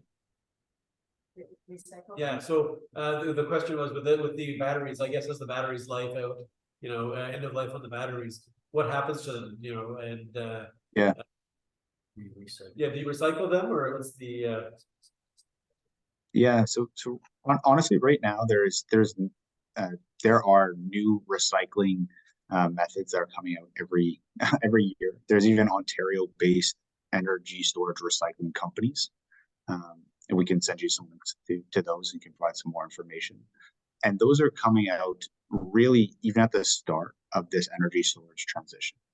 There is not very much energy storage. It's a fairly novel type of technology. And there's already large recycling plants and developments happening even in Ontario. So we would expect that to continue. And at the end of the life of the project, we'd expect to recycle the batteries. That's probably in 20 to 30 years. The operational life of the battery is 20 years. And after that time, it gets to a level where it's less reliable. And that's usually when we look to recycle. Perfect, thanks a lot, Will. And I think I just have one question that wasn't sort of asked already, and it was sort of touched on a bit. but, it's good that it's remote, but it's also maybe bad that it's remote, so, and I know the mayor touched a little bit on potential, fire, risks and, what are the other risks and maybe including fire, and how do you guys usually mitigate that? And I guess, since it is Yeah. your, what's the plan to mitigate against sort of potential fires? Because I know that can happen with these batteries, right? Yeah. Yeah, so the main risks and main concerns that we hear from the communities that we've worked in and have consulted with in the past are, locating projects on agricultural land. That's usually the very first thing that we hear. And so we've looked to mitigate that here. And then the second one is usually go fire, or like what happens in a doomsday scenario where something happens here. And there are a number of different safety measures in place across the energy storage facility. So usually what you will hear for energy storage facilities, and especially lithium-ion facilities, is that thermal runaway is possible. And thermal runaway is possible. And thermal runaway is when a cell overheats due to an overvoltage or due to some sort of manufacturing defect or other defect. And that results in that cell reaching a temperature that increases the temperature kind of continuously. These lithium-ion batteries are somewhat different. They have a different technology than past lithium-ion batteries. Past lithium-ion batteries are usually called NMC batteries. They actually produce their own oxygen in those scenarios and can create quite a large combustion when that happens. These batteries don't produce their own oxygen. And because of that, it's mainly about making sure the gas, because the gas is released if that occurs. And so it's just making sure that the gas can escape and that these batteries are designed to the standards that they're supposed to be designed to. So that's UL 9540. And there's different tests that we require from our manufacturers. So there's this test called UL 9540A. And in that test, we force batteries to go through thermal runaway to see what happens. And in those tests, we see that the cells will cause the adjacent cells within the exact rack to go into thermal runaway, but then they don't extend into the other racks that are adjacent to those, and they certainly do not extend beyond the enclosure. So there's different standards that we will have to follow to safely build these projects. One of them is NFPA 855, which is the American kind of code for how to safely build energy storage systems. It's really about construction, and really it's about just prevention. It's kind of prevention and then design, and then after prevention design, it's actual mitigation measures. At the end of the day, if something were to happen, it would be contained to one enclosure. Okay, great. Thank you very much. I appreciate the answer to that question. Appreciate you guys coming. Was there anything, Wendy, you had on that? I know you were talking about having a meeting with local residents in the end of October. Is that what I understood? Yeah, we're looking to have an open house here at the end of October. We're still kind of nailing down the date, honestly. I think we'll probably have it by the end of the week or so. But yeah, we want to just you're the council and want to make sure that you're informed and know what's being proposed in the community. That's all focused. I'm sure that's fine, right? We have no objection to that, I would think. Or... Sure, potentially welcome to we've been strictly and I suggested when they shared their idea how to do most of the CDC first. I know it's small community, and I know our residents are often coming to our community members and council with their questions as well. So if someone's not listening to this, I did want everyone to be caught unaware, or at least to have some knowledge and direct questions to, or to be able to share, be aware of the things that happen. So, let me share how we advertise it because it's within the same newspapers. Right, sounds good. And yeah, it sounds good to me. Mr. Mayor, you think you had an extra question? I just have one. I'll be super quick, and I'm sure it's a quick answer, but I'd be wrong if I didn't ask it. So the other locations are solar other than the two you said are coming online in Texas, they're battery. So with this project, it's buy low from the grid, sell back high to the grid, not produce from a turbine or from solar. Yeah, that's correct. That's correct. I mean, we for this project, how we're envisioning it right now, it is buying from the grid and selling to the grid, not generating anything on site. Okay. Just wanted to clarify. Thank you. Yeah. We do think that this area has a strong potential for solar, but right now we don't see that merging with the battery for this bit. Okay, thank you very much, and look forward to a further discussion. Look forward to that meeting potentially as well, which would be good to see. What's that, sorry? Oh, yeah, and there's a few things I guess that we were looking for. What was an address? Councillor Spill, you had something else that can't remember. Maybe we took notes. I'm sure we took notes, but anyways, yeah. So that's good. We appreciate the presentation and the extra feedback, and we'll see you when you have that meeting. That'd be perfect. Okay, sounds good. Thanks a lot. Thank you. Bye-bye. Okay, all right, so that's good. I'm sorry we've consumed so much of it, but there's been some great, interesting stuff happening today, so. So anyways, 5A and 5B are now done, so moving on to number 6. Yeah, moving on to number 6, A, live land and use planning, sorry. Application number 1 is a application for severance from 2460 Rooney Road. And I'll just remind everybody, we do have Cindy Smith on the line from on Zoom in case any questions arise. But all right, as far as introducing us to the topic, Wendy. Thank you, through the chair. We've got conservation application for severance at 20. Oh, I'm sorry, just one thing. Just the councillor will be right back. He's just taking a break, but you can continue on. It's fine. Yep, I'm just letting you know that it's happening. So. We've got an application for severance at 2060 Ruby Road. The property is approximately 4 hectares, developed with a dwelling and 2 accessory buildings. The dwelling and one of the accessory buildings are, well, they share a well, but they've got their own separate septic system. There are significant woodlands on the property, the transmission pipeline that's the parcel at the north end, and there are provisions significant wetlands not just across the road from the subject property. The application proposes a new 1 hectare lot on Ruby Road, and it will include the service accessory building and that building septic system. The owner intends to convert this existing accessory building into a dwelling. So subject land is within the rural policy area of the township official plan. It's owned rural as per our zoning bylaw.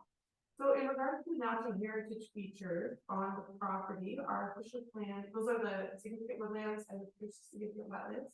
Our official plan says that when there's low likelihood of negative impact on the natural heritage system, the township may waive this requirement for an EIS. So staff have noted that both the severed and the retained lands are already developed. There isn't any building here proposed. So we've advised the owner that well, an environmental impact statement isn't required for the severance. We did request it that if you were to change the footprint for the building because it's within 120 meters of the bridge is significant wetland, our zoning bylaw requires an EIS to be done at that time. So they're aware that it would be required to change the building footprint for the new building to be proposed. So, oh, and then in regards to the Trans-Northern Pipeline, which is on the north part of the retaining parcel, our official plan required early consultation with the pipeline operator, and that so the township had some early consultation with TNPI, and they noted that the new parcel is within an existing right of way for that pipeline infrastructure, and that 60-foot right of way is both on the retaining and on the severed lands. So that right of way will just have to transfer to the ownership of the severed lands and the retained land as well. They didn't have any restrictions to the severed. You can see it in the sketch there of the property that the applicant provided. It's on page 38 of the yellow sketch. You can see the right of way how it goes over both properties.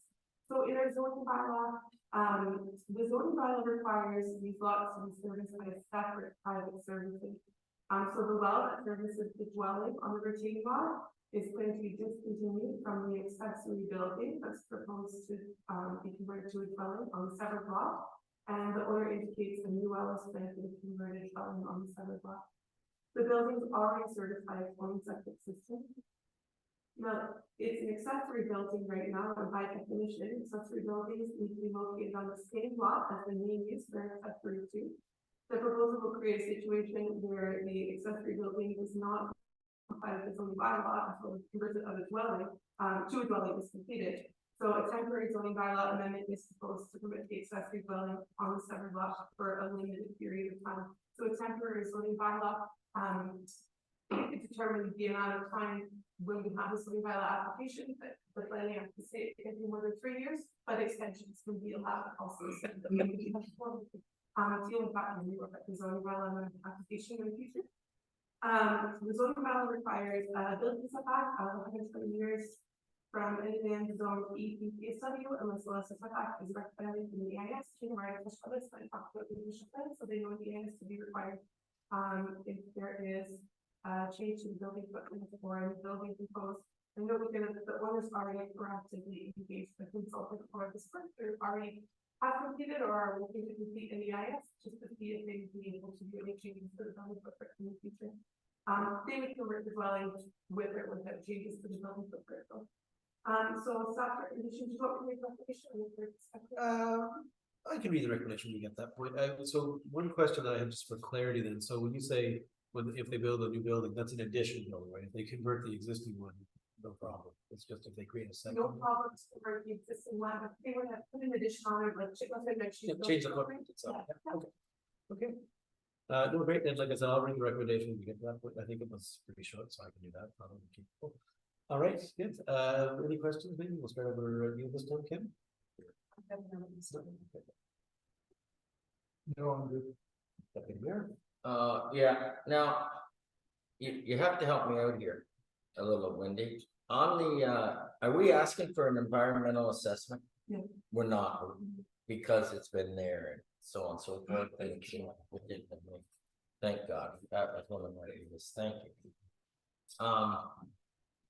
The recommendation, I'll wait until that comes, so that was my biggest concern is the environmental assessment, so that's fine. My only question to the CDC was, a requirement is to, close off the well. And to be separate, why? One well for two properties, I guess there would need to be reported from the who's been maintaining the well, if there are issues with the well, and it's a little complicated, a little bit messy. So I guess if we wanted to keep this one well for both properties, you can need an amendment to our zoning bylaw. And I'm not sure what other steps would be needed. I would say if we need an amendment to our zoning bylaw, we have to investigate that. That's what was proposed, that they're planning to decommission the one well so that have it. So right now, the new law is planned to be it's a family member that lives there, but planning for the future, like years from now, it may not always be family members of here. So it can create some conflict, some creative conflicts later on. Through the application, was the well a concern for the applicant? Or were they comfortable with the recommendation? So they are comfortable with the recommendation. We talked about the application, what the zoning bylaw says, and they indicated that they should be decommissioned that well, and they could when you want it's no problem. Okay. Yeah, I just have one question. Thank you, Devin. Here to Wendy. The recommendation says that the accessory structure building on the separate lands be demolished. I drove over by that property. I don't know which building you're talking about, but if you're talking about the building that I seen in that property, that's like an $80,000 to $100,000 building demolished.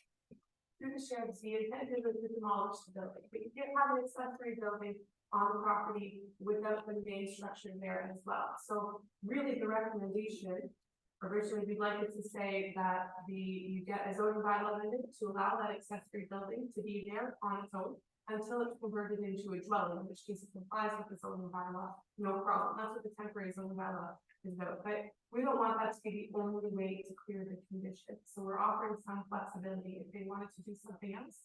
During those 3 years, if they wanted to take it down and build something else, then they're able to do that by demolishing that building. They've also comply with the zoning bylaw, but what they're planning to do is to convert that accessory building into a dwelling.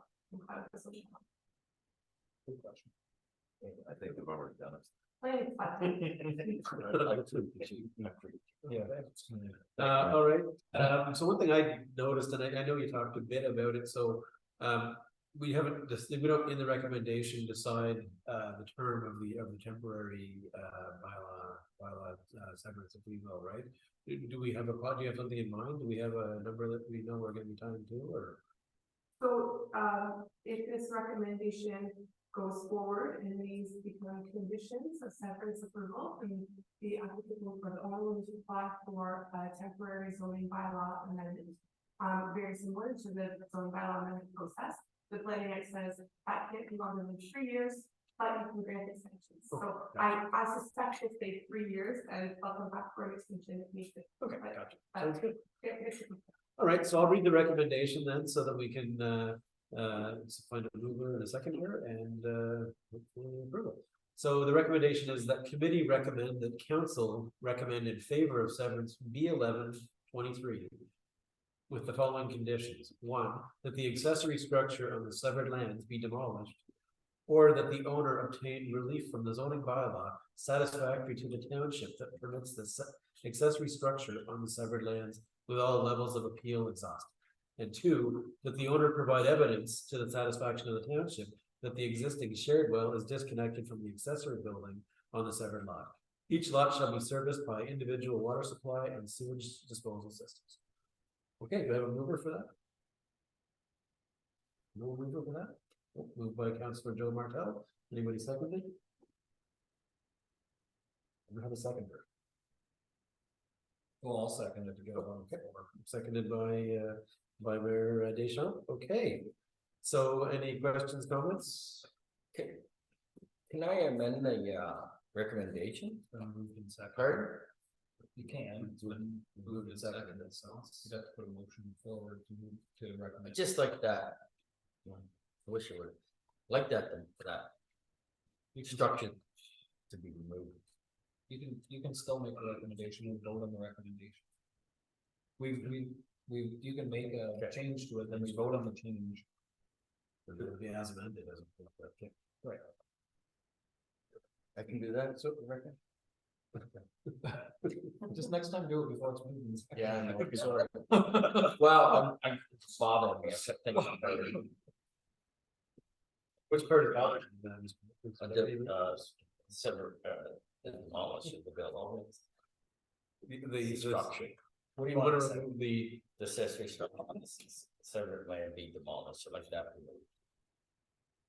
And that we just go by the owner obtain a relief in the zoning bylaw. Which. Technically, yeah, I am with it right there, I see right there. I like that. So if we remove the be demolished. Or. So in other words, it would then read that the accessory structure on the severed lands Be demolished, delete it. obtain relief. That the owner obtain relief from the zoning bylaw. Does that still, I mean, just in case they demolish it, which I don't think they're planning on doing, that's. But like, I don't think if you look at the building, they're not gonna demolish it. Yeah, so any objection to that? I don't know if that gets any policy problem for you guys. Could I read that? Well, it's probably better off to read it, but I mean, just. That the order the zoning bylaw, after the department, recommends the accessory structure on the severed. Yeah, something exactly like that. If they don't want to convert it to a dwelling, and we decide to demolish it, I'm not saying that's their intent at all, but that would not create a condition. The only way to create a condition is if they convert it to a dwelling. I realize that, I still like it, we want to demolish, that structure being demolished, I like that from the recommendation of it. And just to have the owner obtain a relief of the zoning bylaw. Does that create any issues? Maybe Rebecca, the clerk, sorry, is there any issues with that? I'm not sure that causes any problems or not, but, I just wanna make sure it doesn't put us in a bad situation. Like our community living here already indicated, the requirement is still there to make accessibility. So whether or not you remove that wording, then change the rest of it, they still need to come into compliance. Fair enough. Okay, so then, as amended, then I guess, we have a mover and a seconder still on this. I don't have to go back and do it again. Has to be. Oh, the amendment has to be left, right? I so moved that. I figured you would. Okay, do I have a second on that amendment? Seconded by, Councillor Smale. Okay, so, basically, I guess then, as far as this recommendation goes as amended, let's go take it to a vote. Sounds like, unless there's any questions, Councillor McGowan, no? Okay, all in favor? Yes. Okay, all right, good. No. And now I call the vote on the recommendation. Or you have to, yeah, it's been moved in second. That's the amendment. Okay, so then that's moved and seconded, so now that we've made that, so, okay, all in favor then? Yes. So, then basically that passes as amended, as amended recommendation. So, yeah.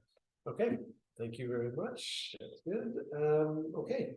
Moving on to number 6A, which is the request for easement on 2099 Dundas, Stetscat Holdings Incorporated. Okay. Oh, Here we have, owner Bob is here with us as well, so much for this thanks for running this today at the PCD. So Stetscat Holdings recently purchased 2099 Dundas Street as a new home for business CPR Pro. CPR Pro has been in operation since 2002, so CPR barriers license online for first aid and CPR training. We'll do some presentation of the devices on site, and then to offer instructional classes within the building for groups of 15 to 20 people. The existing building covers most of the lot with no off-street parking or loading spaces available. The building has a set of double doors at the top, but the owner notes that arranging the deliveries and courier pickups would create efficiencies for the business. Now, the adjacent property at 2093 to 2095 Dundas is owned by the township. So this lot serves as a green space in Cardinal's downtown core. The requested easement is outside of the green space and actually already exists as an entranceway and laneway beside the building at 2099 Dundas. The flexible holdings request a right of way over the township's parcel. The owners intend to pave the right of way and install a roll-up door on the southwest side of the building so that it can be used by the loading area. The full request provided by the owner is attached to this report. Just a note on the next step, the council in favor of providing the easement, the owner would provide a registered survey of the right of way. Staff would engage legal to draft the easement agreement, and the easement agreement will be subject to council approval before it's registered on full plot. So you would see that easement agreement before it's approved. The owner agrees that they are responsible for all costs related to creating the easement, including legal fees and registration costs. okay, well, I'm trying to save your voice. All right, all right, and I guess I'll start with a mover, obviously we'll have an extension, I guess, I should have done that earlier, but. We have a mover on this one, moved by Councilor Smale and seconded by Deputy Mayor Dillabaugh. All right, so let's get into the conversation. You'll go first? Sure. All right. So I really don't have any issue with the easement. I think if I'm correct, it's been being used forever as a driveway anyway. It's just basically giving Lemire the ability to pave it and make it part of that, right? Yeah, it's giving the ability to use it. I know it's being used right now, it's technically township's property, so you have an easement and then it's registered on title for both lots, and he's got, I guarantee, I guess, nobody, he's not gonna pave it and then realize those money thrown away if somebody were to say that you can use it later, so this makes it. So can I continue? Mhm. Sure. Was it an old unopened road allowance? What exactly? Why does the township own it? It wasn't part of the original commercial building, was it? Yeah, that's right. Sure, it appears to be that it's part of the township's properties. Okay, so it'll create a new lot line? Or, no, we'll still. We're not making that parcel, our parcel any smaller at all, by giving them the easement.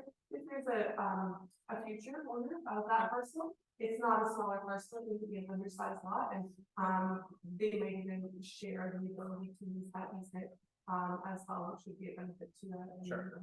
Yeah, and I just, if I can, just one thing, and. I will say it, I struggled years ago when I was on this committee with, you know, when we took that lot back and, we spent money to make it into a green space. It's a commercial lot, let's be real, it's not actually a green space, it's never once in this staff background or called a commercial lot, I don't think. I think it says how we came to own it, but then it refers to it as green space. And this was always my concern when I was on committee, is that when somebody comes along and wants to build on a commercial lot, it needs to be buildable. And if we're calling it green space, it's confusing, I believe, instead of calling it actually what it is, which is a commercial space. So it's just a little, sorry, CDC, it's just a little burr in my bonnet there because of the reference to it as green space, because it's not a park. It may look like a park, it may have a tree in it, but it's not a park, it's a commercial lot. And if somebody comes along and wants to develop that lot, it needs to be developed. Yes, Mr. I just have one question on the easement.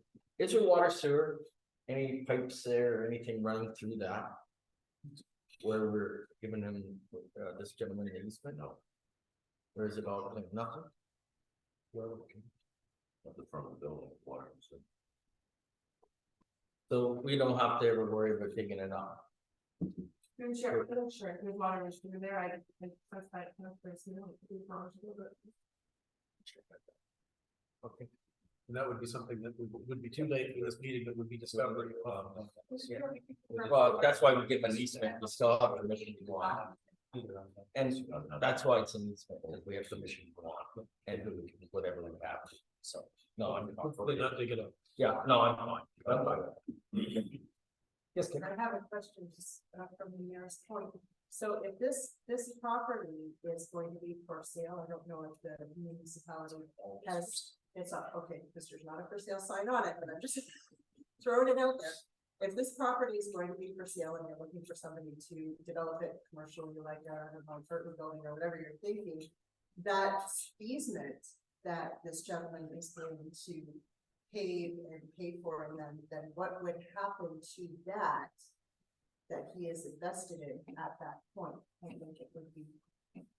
Yes. Mr. Chair, the easement is registered on the title of the property, it survives future ownership, so it provides, the owner of 2099 has, some assurance and security that if he were to sell that lot, he would still get to keep that easement. That's what I was just making sure. Okay. And I think. Anybody else have a? It's a good question.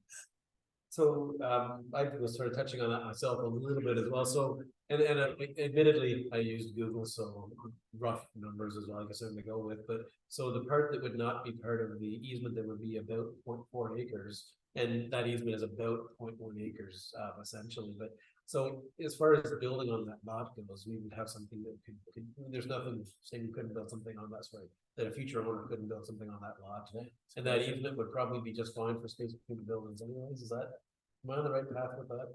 I believe you are, Okay, but I just wanted to make sure, because, you know, I don't want us to limit the potential for being able to build a building. I hope, no, in other words, I hope that you wouldn't turn it into a, now you can't develop that land. That's all. Okay, no, that's good, okay. Then I guess we take it to a vote at this point. It's been moved, no, it hasn't moved. Yes, it's an effort. So, okay, all in favor then, I guess. Okay, it's unanimous. That passes as well. All right. Congratulations. No problem. And, can't wait to see you start up. Already going. Well. Fair enough. Okay, great. All right. So now moving on to. Yeah, okay. Moving on to 6.4. I'm just kidding. We almost should have put this last, or first, one or the other. Okay, moving on to 6.3, the consent policy review. Yeah, I'll let you walk us through this. Well, I mean, I guess a bit of introduction. So we did talk about this at last CBC meeting.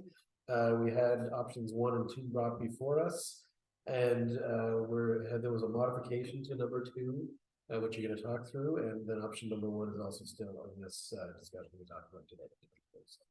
Can I ask a question to the CDC before she speaks to the report? Sure. Okay, so the only question that I have is the agricultural year. Was the agricultural year or the effects of the agricultural year considered when they reviewed the amount of lots and the potential changes to this? Because the biggest part of this argument in the report that we're about to hear is that we already have too many lots, we're not going to need them. The agricultural year changes an enormous amount of space between the 401 and the Highway 2, which is all rural. And there's a very, like, there's a ton of lots there. And so the premise of this, or the argument of this, is that there's too many lots. Just before the report's presented, what were the potential effects of the agricultural year considered? Through the chair, no. The land acceptance is done. So there are about 816 vacant lots in the township that are developable, and that doesn't change if they're designated agricultural or rural. An agricultural lot is still developable. You could still construct a single dwelling on that lot. We did give you numbers also for just the rural lands, 360. It's somewhere in this report. For I thought I could find it quickly. 370 numbers are just in the rural area, but doesn't change back. There are still about 816 lots in the township. If you take out the ones that have direct approval for subdivision, it's 575 lots. Right. So if it changed from rural to agricultural, and it had already been severed, it reduces its ability to be built, is it not? If it changes from Rural to agricultural, and it's been severed once already. It's not severable and it's not buildable at that point, correct? Oh, I would disagree. 2 severances for agricultural land, right? Yeah, you can't create more than 2 new lots from the original land holding. I don't understand the choosing it going off to agricultural. Well, reduces its severability to build on it. You can't create a new building lot. Yeah. If it's agricultural. Right? So that's a major change. Yeah. Right?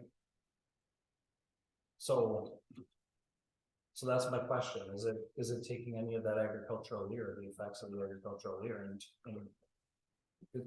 the agricultural year reduces our ability to develop in the township, reduces our availability of rural land and for rural land severances. This is all about rural land severances, right? It's all about going from 2 severances to 4 severances on rural lands.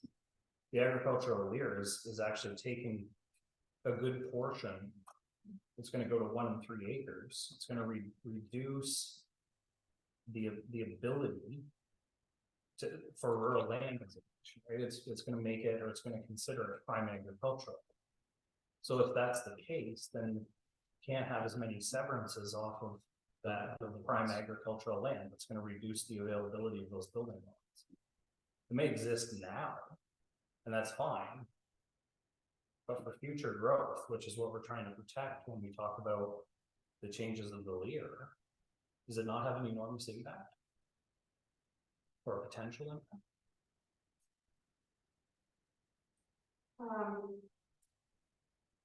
So, yes, because like, I think the goal of the PPS is to protect the agricultural land, so you can't create a new building lot on the agricultural land. It's still, but the land use assessment, saying that we have 860 or 575, it takes to the, upper subdivision lands. Shows that we've got, more than enough building lots for the next 15 years, which is what the PPS requires us to plan for. right now. But At 800 lots. at 800 lots with the way that our prime agricultural designation sits today.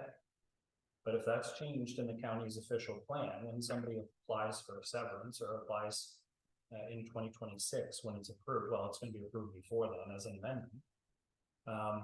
Will it not reduce people's ability to build on any of those lots? Will it reduce people's ability to build on those lots? No, because a single dwelling is self-permitted in the agricultural. So, in the agricultural policy area, if you have a lot that's no agricultural, you can still build on it. So before the year, we have 816 potentially developable lots.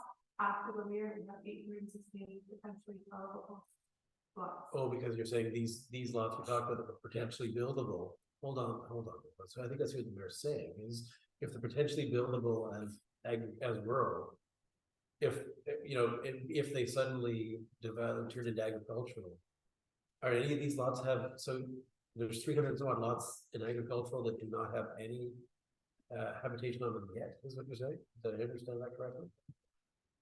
There's, we didn't count just the agricultural lots specifically. Yeah. There's 816 lots altogether. If you take away the ones that are gas group subdivision, we have 575. We also provided the numbers in just the rural area alone, we have 379. After the year, that 379 number would change, but it isn't as important to the overall land use assessment. That was done land use assessment says you've got 816 lots. You need to plan for lots for the next 15 years, and that's many years of lots that you already have. The point, I think, as well on top of that is though, for me anyways, is that looking at where our water and sewer is and our focus for development, right? If we read the comments in the PPS, most of the designation in that area is changing to agricultural land. So while one lot may exist today and it may be buildable today, it reduces its potential to be developed beyond that, right? What we're trying to do is increase the developability of those lots, right? We're trying to go from having 2 in a rural zone to having 4. When you change it to agricultural, it locks it at 2 no matter what, right? You can only sever it once to create 2 lots. So you're creating one lot on the separate. Right. Yeah, so that would actually leave us right where we are today.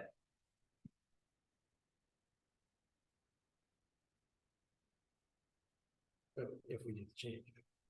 If the ag review came in, it would leave it exactly the way it is today. Right, we would lose our ability to change it to 4 lots. That's what I'm saying, to create 4 lots in all of that rural zone. Anywhere south of the 401, you wouldn't be able to sever anything off of that and create 4 lots.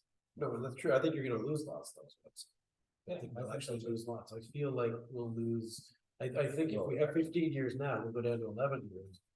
But if all those properties at the 0.6 and above, whatever, 0.6, whatever units are usually in there, I think we lose the ability of 300 lots potentially. That's what I understood.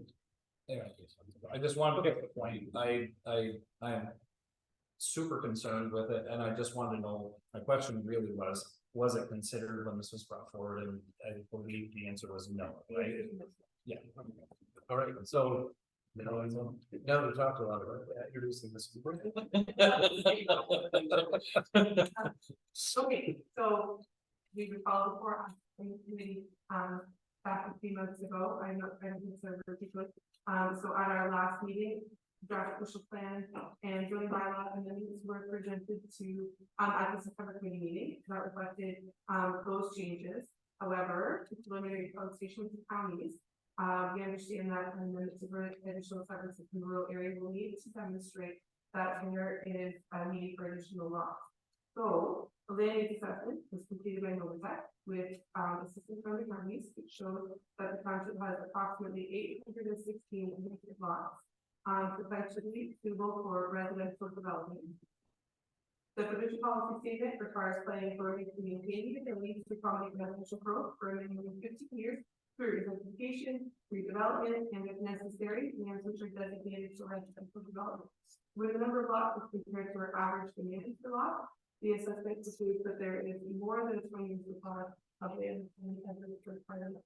So at our last meeting, we had a request from the committee to look at what the land needs were for rebuilding. So the counties helped us with that information as well. So you can see how it was for Cardinal and the current is much different from really open the amount of land that's available and in what the annual demand is for new lots. So with this in mind, the second draft amendment was prepared by Novotech that was presented at the September meeting. And this would reduce the minimum lot size from 1 hectare to 0.4 hectares, which would still have the effect of rendering many existing lots as being eligible for land division. That would help the committee reach their goal for rural development in the country. We also saw at the September meeting hydrogeological assessment and terrain analysis, a letter from GTP regarding the importance. They wrote regarding the importance of the hydrogeological study and gave us some clarification on ministry requirements for these assessments. The report addressed PPS section 1664, which allows private services, provided that site conditions are suitable for the long-term provision of such services with no negative impacts. And the PPS has its very own definition of negative impacts for this policy. Which is the negative impacts in this regard are potential risks to human health and safety, degradation of the quality and quantity of water, sensitive surface features and sensitive groundwater features, and the related hydrologic functions due to single, multiple, or successive development. It also says negative impacts should be assessed through environmental studies, including hydrogeological or water quality impact assessment in accordance with provincial standards. So JP to be also clarified and explain the significance of lot size as it relates to provincial standards in the Ministry of C5 series guidelines. So they say typically if the proposed lots for the development are 1 hectare or larger, or the average lot size is 1 hectare or larger, the risk of individual septic systems at the boundary limit is considered acceptable and may not require a detailed hydrological assessment. So it's assumed that the 1 hectare lot will be sufficient to reduce the nitrate concentration to acceptable limits. You probably recall, the committee felt that the requirement for hydrogeology analysis within the official plan would create a burden for developers, and there was some concern about this.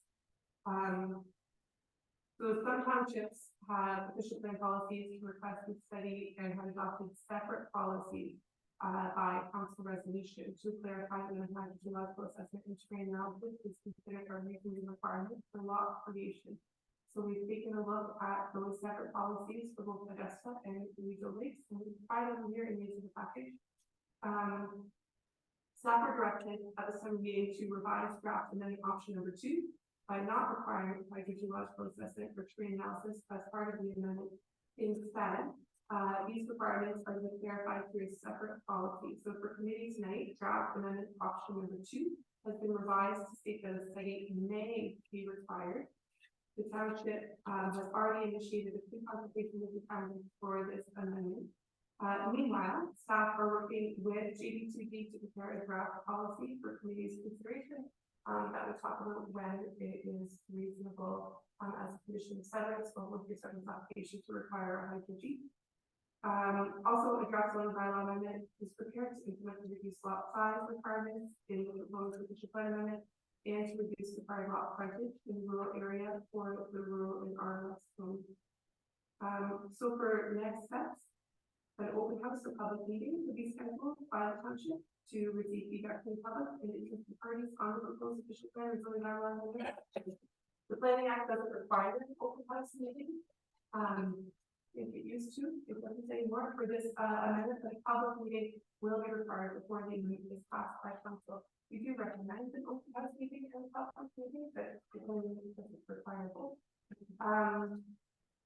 So the attached draft amendments were live, and then the two is here with my bank, and notice has been done some consultation with the county already on this and have positive feedback. And so that's it. If we're doing these two items together, at council, amendment number 2 is amendment number 1, that was reviewed in September, also be on this, so that basically is reflected as well. Okay, thank you very much. Appreciate that. Yeah, okay. I think before recommendation, I'll try to discuss. Can we have a discussion before we for the recommendations? We can do that. I think it's because I have a feeling it's going to be not this. It's going to be maybe I'll. Okay. Okay. Any comments, questions on this recommendation number 2 or other? Mr. Duffy. I just, I mean, we've been up and down and around on this and we change it. So this draft amendment option 2. We're reducing the lot size to 0.4 acres. Thank you. Is this part of going from 2 to 4 severances too? Is that included, or is it just going to 0.4? Nope, amendment option 2 only deals with the lot size. That's it. And the hydrological assessment train being there. Yes. Those two. Is that right? 0.4 hectares and have the hydrological assessment and train analysts in there, right? Yes, instead of it being required in the initial plan, like the amendment last month said, it now says it may be required. Right, may be required. So, negative facts. and I would say 99% out of 100, we go and ask for buildings. A building, we're gonna say yes, we require it. That's fine. So the option 2 is not giving us their 2 to 4. And it's not giving us the frontage, reducing the frontage. It will reduce the frontage, but that's not in the initial plan, that's just in the zoning bylaw, so we can do that regardless of the zoning bylaw. So that, option number 2 is also a zoning bylaw amendment, and that would implement the reduced lot size and would also reduce the frontage. How did we get from 2 to 4? Yeah. Oh, committed severances. Yeah. How did we go from 2 to 4 and make it happen? So we need to demonstrate that there is a need for additional lots in the county. And you're saying in this vacant lot, this that we got from the counties, it doesn't prove that. Is that right? Correct. So you're saying if we go with 1, we're going to be shot down. Option 1 where we want the 0.4, the 4 lots, and the frontage reduced, which we can do the frontage. Yes, we don't have. On amendment. Justification to support amendments to. Okay. So we're lacking. So how do we get from 2 to 4? We need to demonstrate that there's a shortage of buildable lots in the country. And here it shows it's not. Right. Now, sorry, yeah, was the statement not that we, when we talked about this last month, that we need planning justification for the severance? That's how I understood it. It wasn't a matter of how many building lots do you have. I thought it was we need to be able to, we need justification for it. And so back then I personally think that the part of the big justification for it is, when you're looking at a 0.4 acre lot versus a 0.4 hectare lot versus a 1 hectare lot, there's a big cost difference there. We can create more smaller lots, more affordable housing space lots, and I thought that was, in my mind, it was pretty decent justification. I know that I don't think we had that conversation then, but it was something that I thought about as a rationale, a planning rationale is what they were looking for, right? So did they say it has to be this rationale? Was that what the counties are saying? Through the chair, the rationale to reduce the lot size is provided. Nobody feels they can provide that rationale, and they, given us the draft amendment, and they have the basis of the amendment here that they said, so to reduce the lot size, we've got proper planning justification for that. It's pretty straightforward. We don't have proper planning justification to, allow additional sentences in rural areas, open to the core and change the end of that plan, because we haven't been able to demonstrate that there is a need for additional lots in rural areas. Can we apply for it? And not demonstrate? Can we just put it in there? Yes. I think we should put at least that what we think our justification is, which is where I think I was going with the cost. That's what I was trying to say. So we could put the 4 to 2 or 2 to 4 in there as an option. Yes, committee can make the application. You're saying it's gonna get denied? Or is that the, Not well, I'd say like the application needs to be through proper planning justification. Notify's gonna write a planning report for us. To the best of their ability, it's gonna have justification for a reduced lot size. They won't be able to justify the need for additional lot. So we can certainly make that application. The county could accept it, they could reject it, they can request modification. So we could make the application. can we go back later if we get the 0.40 hectares and we court the amendment, can we go back another and go to the counties for 2 to 4? At a later date, next year, or not? Yes, we could make a separate application, like, especially if there is a need for additional lots later on in the future, we experience a lot of work. I just don't get it, like we got 10% growth coming in 1 year, which is 71 people. Divide 4 to a house average. Yeah. So do you, Mr. Deputy Mayor, what about let the mayor? Yes. No, by all means, I hope so. So I think there are two things. I think we both disagree with the thought that we're going to need 20 a year. It's based on a 10-year historical average. I'd like to see it on a projected 10-year average, right? Like we've all seen the exponential growth that's happened in Kemptville. I think that we're all saying that the reason we want to create these is for the future, not the past. And the numbers that we're having in front of us basing why we can't do this are all based on 10 years in the past, not based on 10 years in the future. So if we took Kemptville's numbers from, what they were 10 years ago, and they went to what they are now, right? They probably didn't have the rationale either. And if you look at what's going on in Kemptville now, it's pretty crazy. And I don't think it's unreasonable to think that that's coming to us next. So from a starting standpoint, I would say it's another number that I disagree with the way that the plan is did. I just think it's based on past, not future.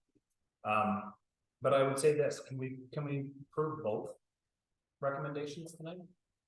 So that way we approve one, it goes forward as the very aggressive option, gets denied potentially with staff and planner that told us that it'll get denied. It'll come back with recommendations to change it, but we already have heard that there's rationale that 2 will pass. So instead of causing further delay or coming back 4 years from now, why not just pass them both?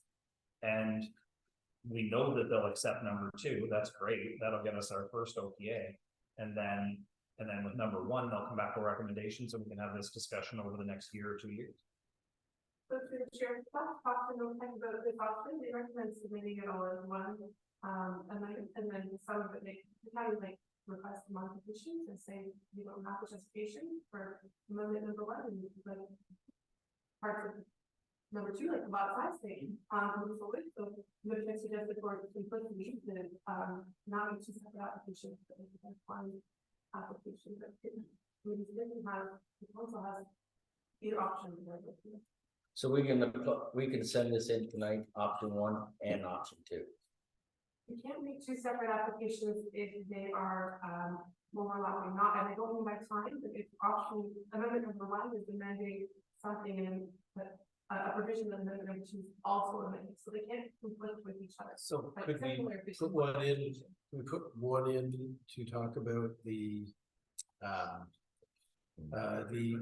smaller lot size, and a second one that goes in that talks about moving from 2 to 4 severances per property, and to be separate. They're talking about the same general thing, but they are separate requests, right?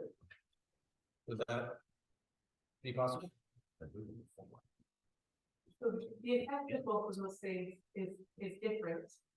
But you're changing the same, like the same provision in section 1. I was afraid of it. I was just trying to see. Yeah. So, but I mean, I suppose it, another way to be reworded in such ways that it doesn't overlap with number 2. It's messier, but it happens. So we can't recommend option 1 and 2. That's what you're saying under this tonight. Pass both like the mayor said. And then if one gets rejected, then we'd say, okay, we'll take option 2. Or they say option 2 is fine, the counties. Well, for amendment option number 1, we haven't done a formal pre-consultation with the counties, so that it's like if there's these submitted as separate applications, like the timing, I guess, is going to be a little bit different. Like we have time for amendment number 1 to make those changes that we need to, so it doesn't conflict with amendment number 2. With amendment number 2, we're ready to go ahead and schedule an open house if the community would like to. For amendment number 1, you know, the type of thing to review it, make sure that it is conflicting. You need to have a consultation with the parents. And then we can come back next month with option 2, option 1, I mean, but we can't send it all in one. Together. I would recommend that we send it all in as one application. In other words, add to recommendation number 2, add 4 lots for properties. I would. Can you define what you mean by send it all in as one out? Yeah, I'm confused. Sorry, I thought you were asking if we could send this in as 2 separate applications. So we send in an option number 2 as one application, and we send it in 1 as another application. Just saying that it conflicts with each other, so number 2, yeah. So it's easier if we send it in as 1 application. So yes, we have to make changes to amendment number 2 to add those amendment number 1 items. But we can revise it to pre-consultation with counties and then schedule an open house. It's less messy than sending 2 separate applications. so Sorry, we're I'm looking at you glazed. I know, it's like, 'cause I'm so It's nothing against you at all, and not. we can send both of them together. Option 1 and 2. Those 2. We can send one request with both, with everything we want in it. We're not gonna send 2 options, we're gonna send 1 option that's gonna have everything we want in the 1. So we're gonna make both of these into 1 application. Unfortunately, not tonight. And then if it gets rejected, we're back to square 1. If it's rejected, sure, we have to start, we have comments from the counties, with like saying, here's some issues with your application, we have a chance to correct it, big modification. They could come back with 3 or something like that as well. They could come back, right? Or they would pass. Or they could pass it. I think yes. Yeah. It's through the chair. if I may. Yes, it's it. If it was up to me, I would be very specific in what we want as a group. Worst comes to worst, they say no, they send it back for further consultation. They're not gonna just flat out saying no and not send back some recommendation. If we want to get something that's already been pre-discussed and pre-approved, number 2, as it is written right now, would get approved at United Campus. That's the way I'm hearing it. We would get the lot size reduction. We would have that in place right away. Then we could go back at it a second time after that. That's what I'm hearing. I might be wrong in what I'm hearing, but that's the way that I'm hearing. Pass number 2, it's already done the pre-consult. We can do the public meeting. Is that what you're suggesting? The only thing we're missing is a public meeting? We've already done the pre-consult for number 2. Yes, for number 2, yeah. Yeah, but we need to do a public meeting before we submit it. Yeah. So that's the only thing we're missing to get that done and get that process done quickly and. Remember to get, we need to do it at a public meeting, if we decide to do it open house and a public meeting, then we adopt the amendment and we send it with the application to the counties for approval. Right, and they've already indicated, they've already done the pre-consultation, they don't have issue with it, so that would get us a reduced lot size. Not gonna get us the amount, and it's gonna get us the size, they've already told us we don't need more lots, so that's an argument for maybe to make another day. Right, this way we get half of what we want right away. Right away. And then we can go right back at it as soon as that process is done, we'll try to find some more justification. To, and why, we know that it needs to go from 2 to 4. Maybe that's the Aguirre, maybe that's, different rationale for Chemfill, whatever. But at least we get the reduced size, because that's a huge thing, we all heard it when we knock doors. Nobody wants 3-acre lots, they want 1-acre lots, right? We've heard that so many times in the rural areas, it helps save some of this farmland we're talking about, right? Keeps 2 more acres. And we still have 2 right now. 2 sevens. Right, we still have 2, we're not losing it, No. we're getting it, Yeah. you're getting what you want, really. So. Can you, how long does it take for a public meeting and There's a notice requirement, so we did, some notice 20 days before we have the open house. so we have a public meeting and an open house all in one day? And one more question, do we have to have a, Let's get through. well, but I don't think 20 days is gonna be accurate, because we have to approve this at council first, correct? Correct, council would endorse this, then we would schedule open house. So it's 20 days from approval at council? So I can't call a special meeting next week to ask to have this approved, to send off without having our open house. Like, can I have a special meeting next Tuesday at 6 p.m. to pass this option 2, to get it sent off to counties, and then we can have our public meeting and open house? So do we have a special meeting next week? No, just a regular. I don't want to be mistaken when I say 20 days notice requirements, I was just seeing the paper, I want to get some a week in advance. And I checked some mail outs the same, I guess just to get some emails, but like there's, timers for the newspaper as well, and when it's published in the newspaper, then 20, we'll have a proper meeting. A little bit longer. So regardless, the sooner we try and do this, the better is what I think the sentiment is. But then you're going from the October council meeting. To the November council meeting, we don't have a December later council meeting, so everything that you do would have to be okay for November, it's all getting lost in Christmas. Yeah, I think, right, I got the feeling we're trying to ask for, I got the feeling we're trying to ask for a special meeting. Well, I can call a special meeting to okay 15 minutes before our regular meeting. Is that? But that's not gonna change nothing, because we still have to have our public meeting and our open house. Yeah, but the special meeting would be able to kick the process off, right? You can't do anything until we have the special meeting. Or sorry, until council decides, is that not true? Or, so what's triggering you, what can you? We don't make recommendation that they would like to go with amendment number 2 as proposed here. So I vote where the recommendation. We vote on it tonight. We vote on it tonight. I call a special meeting next Tuesday and we pass it. That can go to counties, and then we can have our open house public meeting. It's adopted by council. Let's say we adopted this amendment, and I also make an application for the district record, not extension. That saves part of strangers, yeah. If there was a special meeting in advance of COW next Tuesday, like, because these things take 15 minutes, so if we had a 6:15 or a 6:10, would we schedule a public meeting at that time as well? We wouldn't have to come back again for another meeting, right? No, You have the authority to just schedule the public meeting, it doesn't have to go through us. yeah, if there's gonna be a special council meeting. Like, I even have the notice prepared ahead of time so that we could submit it to the newspaper. Through the chair, You don't need a council approval to set the meeting date, that's what I'm asking. Through the chair, can we have our, Just to schedule a public meeting, staff usually. We're good with that? Okay. yeah, through the chair, just like, We can ask just, that question. We should forward that. What's that? They're just gonna be- may I have the clerk just to inform us that we're on the right track, that we can do all that? Is that?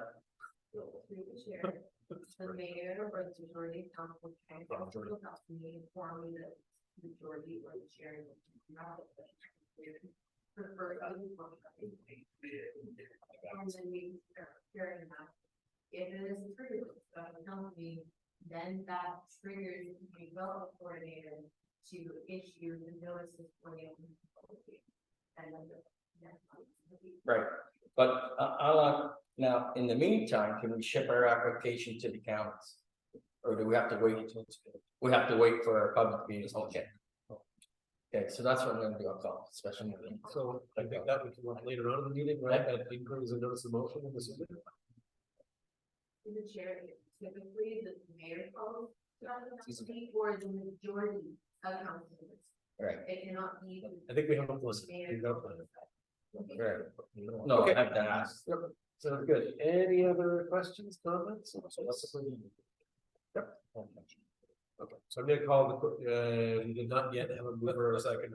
On number two, a recommendation on the new, recommendation is that committee recommend that council endorse the attached official plan amendment number 2 and zoning bylaw amendment and direct staff to proceed with scheduling an open house meeting to hear comments from the public on the proposed official plan amendment number 2 and zoning bylaw amendment. Do I have a mover? I'll move. Yeah, I'll second. Before you go further, though, Troy, I just wanna, and I know that CBC said it earlier, but one of the other main things is that it changed the wording to May. For the hydrology. Yeah. And for the terrain analysis, correct? I just wanna make sure that I heard that. It's in the bylaw. Yeah, okay. Yes, understand that, we're building a separate policy that will outline more detail items that we can go. We have to. Perfect. That's exactly what I want. Okay, good. So any other comments, questions? Okay, all in favor? Yes. It's good, guys. We got there. We're not there yet. We knew that it's gonna be a tough. I knew it's gonna be a long And meeting. I'm complimenting And we you can, guys on thank something you. else. Thank you, Everyone, Mr. sorry, Chair. gender. It's, we're there. Yeah, We're getting, we're getting closer to there. we are. Thank you. Don't crack the champagne yet. Yeah, no, not yet. Close, so. Okay, so, Like the chains, big combos. there we go. So that was consent policy review. So, So moving on to number 6, A4, responding to housing affordability task force recommendations. I'll give a bit of a preamble, maybe try and type some words because your throat has got to be getting so on now. So, there was an ask from the new minister of municipal, and housing, sorry. That we come up with a top 5 party list based on, I think they had 55 or so of parties plus some additional ones that rounded up to about 74 total. That they wanted us to try and say which was most important to us, and there are vast as well as municipalities. So we went through we've been supplied with all 74 of these, and staff did take a look at some of these and see if we could have some ideas of ones that were probably our top 20, if you will, from that perspective. And we have that in front of us. We have actually all 74 in front of us, so we can discuss any of them. But we just wanted to give us a short list in case that was convenient for council members to look at. So that's why we did that. Okay, did I miss anything? Do you want to add something else?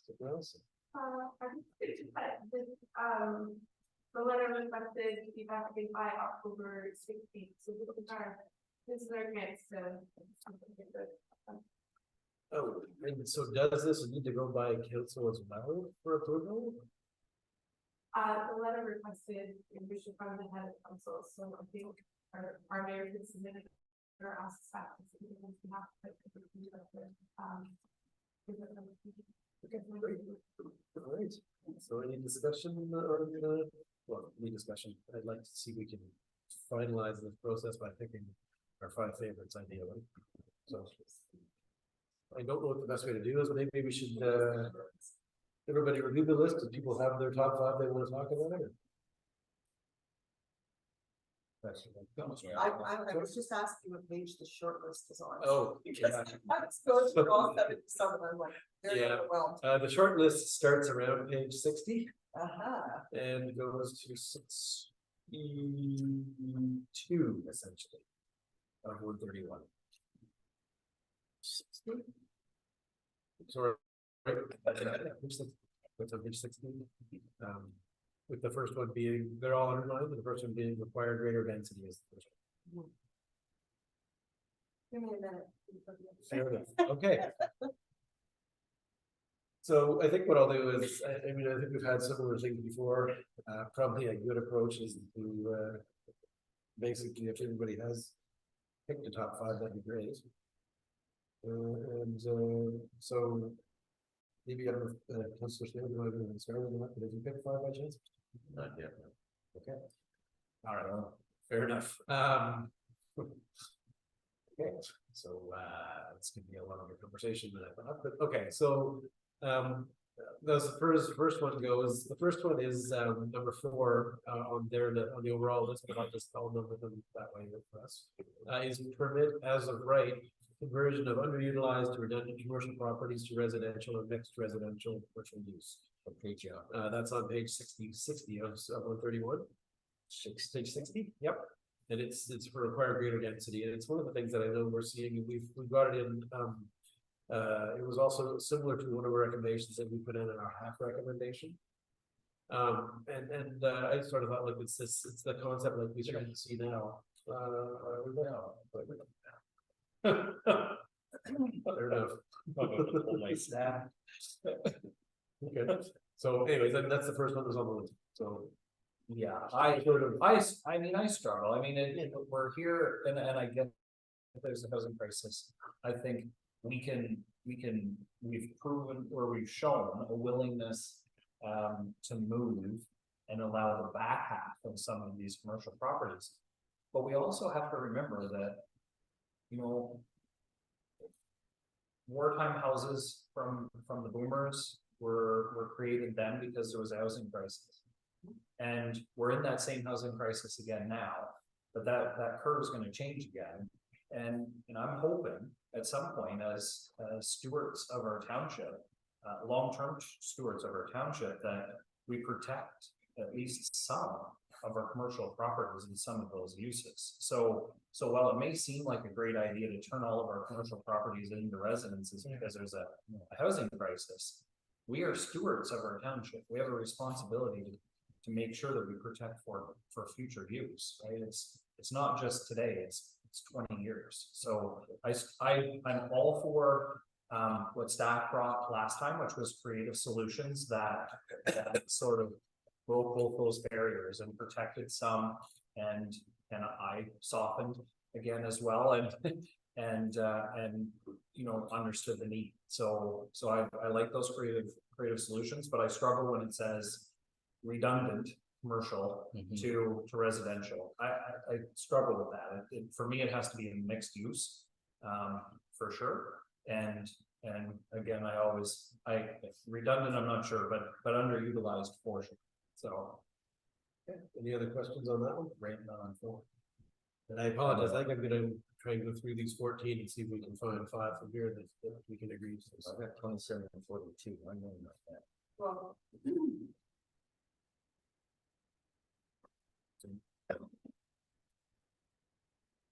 You're okay with 27 and 42?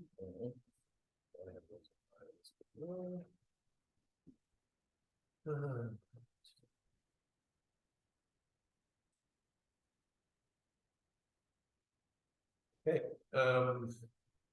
so then as far as 21 goes, that's require pre-consultation with all relevant parties, at which municipality sets out a binding list that defines what constitutes complete application, confirms the number of consultations established in the previous recommendations, and clarifies that if a member of a regulated profession such as a professional engineer, a stamped application municipality has no liability and no additional statement. That would seem reasonably, number 27, sorry, 20, that was 21, sorry. Depoliticize the process and That's a red tape out there. you know, if, in other words, if a drawing has an engineering stamp, or they have the, Yeah. you know, hydrogeologic study, if you will, stamped by professionally, then we don't really need, is that true, or? Chair, the reason I felt, committee would prioritize this item is, I hear some frustrations about peer reviews and the reviews. We peer reviews to protect the township, we don't want to be liable for it, but I'm also not a hydrogeologist, I'm not an engineer. Is that right? So how do I review these reports and, confirm that the information is sound for the peer review? But if the rules could clarify that it is, then, I recommend here that we are not liable, it would significantly reduce the need for peer review. So anybody, yeah, Fine, okay, so I'm at the end. Appendix B, develop and legislate a clear province-wide definition of affordable housing to create certainty and predictability. And appendix C, review surplus lands and accelerate the sale and development through RFP of surplus government land and surrounding land by provincially pre-zoning for density affordable housing in mixed or residential use. So this, you know, when you're talking about wartime houses, and I grew up in one of those, this is exactly the kind of strategy that they used after World War II, right? Was to develop these homes. So those two for me are top on my list. I think I can help short. I certainly have B and C on mine as well, and B is already happening. I mean, whether we endorse it or not, the government said, Minister Copeland said Friday at the Affordable Housing Summit in North Grenville that they are working to create a new definition of what affordable means, and it won't just be, but it will relate back to each individual municipality and what's affordable in that municipality. Because what's affordable in Toronto is not affordable. However you say that, yeah, But it's different here than there. So our average income in this Yes. area as opposed to the average income in Toronto, what we're having is people retiring from Toronto, coming out here and buying up the houses. Yeah. Right, and driving up the prices because they can get so much more bang for their buck. Yeah. I don't know that that's gonna change, but what it will do is the definition for affordability, at least the way that I understood it from the minister, was that when we talked about the allocation of childcare spots, right? Prescott's demographic, like its average family income is $50,000 less than Kenville's. So that should also be reflected in what's considered affordable in Prescott versus what's considered affordable in North Grenville. They will show a difference in relating back to salary. So these already being done. They're just trying to figure out how to finalize. But I support that one. So I think that's good. so it sounds like we have, well, I had C on mine, I see B and I see the national, I can support that one. I guess as far as, no, that's kind of what they asked us. I have 30, 42, 48, and 50. We gotta get 27 in there. Gotta get it. I'll put Okay, Right. so let's just do it this way, okay, so. Can I get sort of a nod of heads if we think Steve is good or sort Yeah. of good? That's yes. Okay, so we'll go with B for sure, guys. And C was the review surplus lands and accelerate the sale of the development through the RFP. That one there. Everybody okay with that one or? Perfect. Yeah. Did you hear it? Not gonna get a vote. Okay, I'm reading it. I'm just waiting. Oh, here.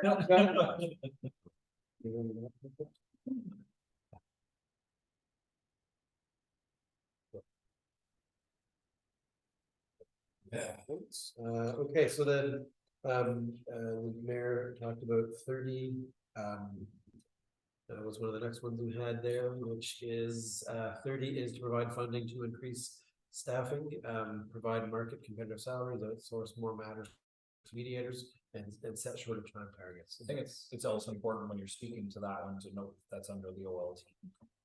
Right, that's not for us, that's. Yeah, sorry. That's For for the the OLT, OLT, for the right? So Ontario we Land actually, yeah, so we're not hung up waiting a year to get something there, that it's actually to an educated much quicker than what the process is now. I think it's 18 months wait in some cases to get in front of a judge, so, or an educator, so. Okay, well. You know, I think just, anyways, OLT, not our staff. So as far as the 30 goes, I also have that on there, nodding of heads for people who support 31. I still want 27C. Which is now. Councilor Martel. I can live with it, our vote's majority. Okay, gotcha. All right, so fair enough. 27 C, which is again in the Ontario, to fix the Ontario Land Tribunal is under that category. Provide discretion to adjudicators to award full costs to the successful party in any appeal brought by a third party or municipality where its council has overridden and recommended staff approval. How are we feeling about that? I'm not sure that I totally understand it. I don't understand. Well, I think it's if we ran into, I'm looking at Stephen. I'm hoping that the way I understood it is like what happened on David Street, we wouldn't have that problem. Is that true? Richard, so, at the OLT, they could award like the cost of making the appeal. If it's, paid by a third party, so not by the applicant or by the municipality, but if it was by the third party. The cost of the appeal could be awarded to the successful proponent, which I guess would reduce the amount of frivolous appeals, which is appealing for the sake of holding things up, because you actually could lose some money there.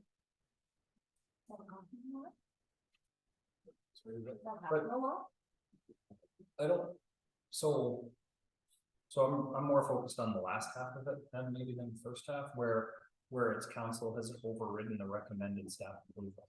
So basically, the recommended staff approval on the last discussion, right? We not, like, that's a combination of several meetings to get to that last discussion, right? If we went with what staff approval was, it wouldn't have reflected what council's will was. So does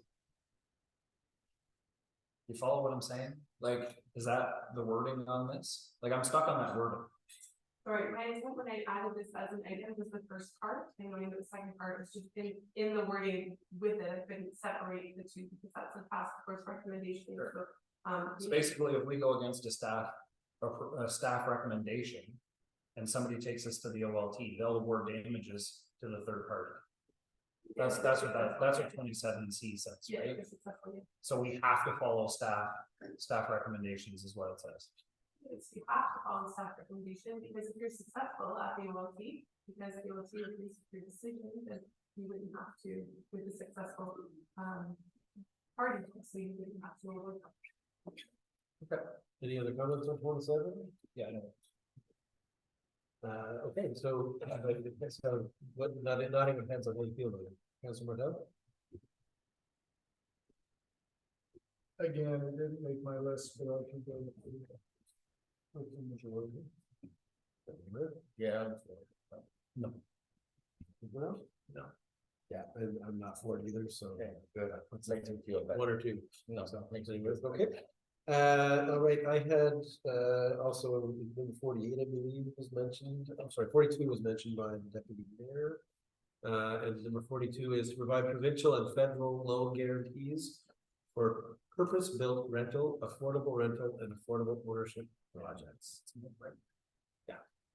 Of course, we support that. Good. Any discussion? A nodding of heads? Nod, okay, 42, we'll call that a unanimous one. Okay, we also had 48 that the mayor had proposed, I had in my mind as well. And that one is the Ontario government should establish a Ontario Housing Delivery Fund and encourage the federal government to match funding.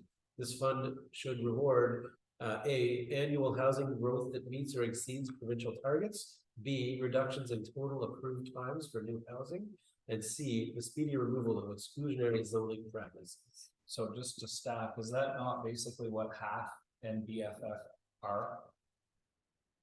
Right, It certainly reminds me of how I looked at. it's HAF and then Building Faster Fund from the province, sort of is almost identical to the HAF. Which is the Housing Accelerator Fund, and all of those three things are outlined in both of those processes. It's already happened, Yeah. so we've already applied for that, right? So. Of course we support 48. So of course you support 48. Well, we already applied for 48. I'm just looking for the nod again. That makes sense. So, something like that. Is it redundant if we've already applied for Well, it? that's part of the question, right? I was trying to come up with. Top 5 recommendations. Yeah, we're having our top 5 recommendations. This one's not done yet. I mean, they had some that they had completed. That they showed that around 48 was not like completed, right? So. The CDC had something that's wrong there. Sorry, for sure, I just wanted to add, you can add things that have already been completed, I didn't add any of them honestly. But the aspect recommendations that you feel would be or have been the most useful in increasing. Would be. Oh, yeah, sure. Okay. So 48, industry deputy. Yeah, is that our 5? So that's a 5 as well on that one. The only other one we talked about was number 50, so. We got our 5. Yeah, I thought sorry, I would rather do 5 than I would rather than We have to do 5, or can we do 6? it's 5, it's 5. You can always write it underneath on that form, it looked pretty easy. It just gives us 5, right?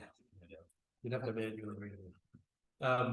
So I just thought the I thought that whole idea of revolutionizing the system so that it's all electronic and I don't want to say centralized, but basically it looks like it would be something that comes down from the province. So in other words, I like the automation aspect of it, and I think it would be a good savings for people and create a bit of a back and forth, a good dialogue back and forth on the process.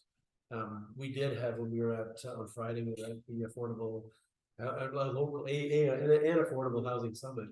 One of the participants, one of the audience, asked a question about some of that automation, and the process was frustrating in the back and forth sometimes, and how they have to work with the development coordinators, not yourself, Wendy, but just that dialogue, and you almost lose track of. Was that note about this or that? So, an online document would be their preference. And I sort of saw that as a benefit. That's why I thought 50 was something that would be a good thing to have in there. And but anyways, that's just my thought, my 2 cents on it. And I don't know anybody else's thoughts, but we have like to the deputy mayor's point, we have already selected 5. Number C, we had only 4 votes for. So if we I can't remember who did vote for that one. I believe it was yourself, Mr. Deputy. So, I mean, if we're happy with the list we have so far, that's fine. We don't need to add 50, but I think you're fine. Okay. So I have Appendix C and Appendix B. Okay, that's totally backwards apparently. And then I have recommendation number 30, 42, and 48. Yeah. Okay. Well, I guess that's what we're gonna go with, it sounds like. So do we need to have a vote on this, or? I mean, the letter comes from, the head of council or CAA, just say it? So what's the thoughts? Do I need to have a vote on this, or do we get enough direction? Chair, my understanding for the letter is to the head of council requesting this feedback. If I have to fill it, ask me to fill this out, and you can fill, I'm happy to. Yeah, if it's these 5, you can just make the signature. Okay, there we go. Excellent. Okay, anything else on this item? Anybody? Okay, good. All right, there we go. We're getting there. All right, so moving on to number 6B, work and economic development. There was nothing here. So then moving on to 6C, and thank you very much for your patience. I actually, for other reasons, I was kind of contemplating moving 6C earlier, but I didn't propose it at the time. Maybe I shouldn't have time to help you guys out. But Okay, I thought it was a very good report. We're gonna take a look at now. Good job on that. I really appreciate all the details, and so, look at the way. Assuming Rachel's gonna talk to it, or you? Well, thank you, Chair, I'll just briefly talk on it, the report, obviously, everyone's got a chance to review, the length of the meeting this evening, what we'll do is, instead of going through it, Rachel and Kim are both going to speak on, Rachel is going to speak on the camp side of things, but, Kim is going to speak on the closet, but maybe what we'll do is just entertain any questions that you might have. And we can, go from there. Fair enough. Okay, so, we're going down to page, looks like we're down to page about 120 or so. No, not quite, 118. 110. 110, okay, going up there, 110. Yeah. All right, page 110 then, Mr. Deputy Mayor. On your, Thank you, duly chair to Mike, maybe Kim, the AquaFit program, who's in charge of that? Kim? 110% excellent. I'm getting all kinds of response. We got, may have to, especially for the seniors, they loved it. That one, I think it's from what, 6 to 7 that they had It's supposed to be with the chair. to here, I guess. Yeah, definitely. We made some changes. This summer, we switched the time, taking advice from the seniors from previous summers. So we made that change from 6 to 7. And we also have a qualified fitness instructor, which also allows for that relationship and connection between the older individuals and the instructor. I think those two changes have made a positive relationship, which reflects in the over 70 people registering and the 12 to 15 people coming each night in both facilities. Getting nothing but positive from people coming. I was at the Spencerville Legion, I had 3 people come up. We got to keep that going. That's okay. So it's well, and these are women. They just love it. So I can't thank you enough on that. So. I will pass that along. Yes, please. Thank you. And I would say as a person who went to that 5 days a week, the 6 to 7 was perfect. And it was like having it at the same time every day. 3 here and 2 there, or 3 in Cardinal and 2 here. It was perfect. It was fantastic. And it was very well. Yeah. yeah, you had Good. yeah, sure. It's nice to have an opportunity to thank staff for such a fantastic summer. Camp and Aquatics program. You put on absolutely awesome programs all year. I know Katie's not here too, but I think, the work with both the swim teams, the lessons, the continued development of the future for lifeguards and for, there's a aquatics manager, I believe, program coming forward as well. I think they're all fantastic uses. My question is more on the camps, and it's going to relate back to ice.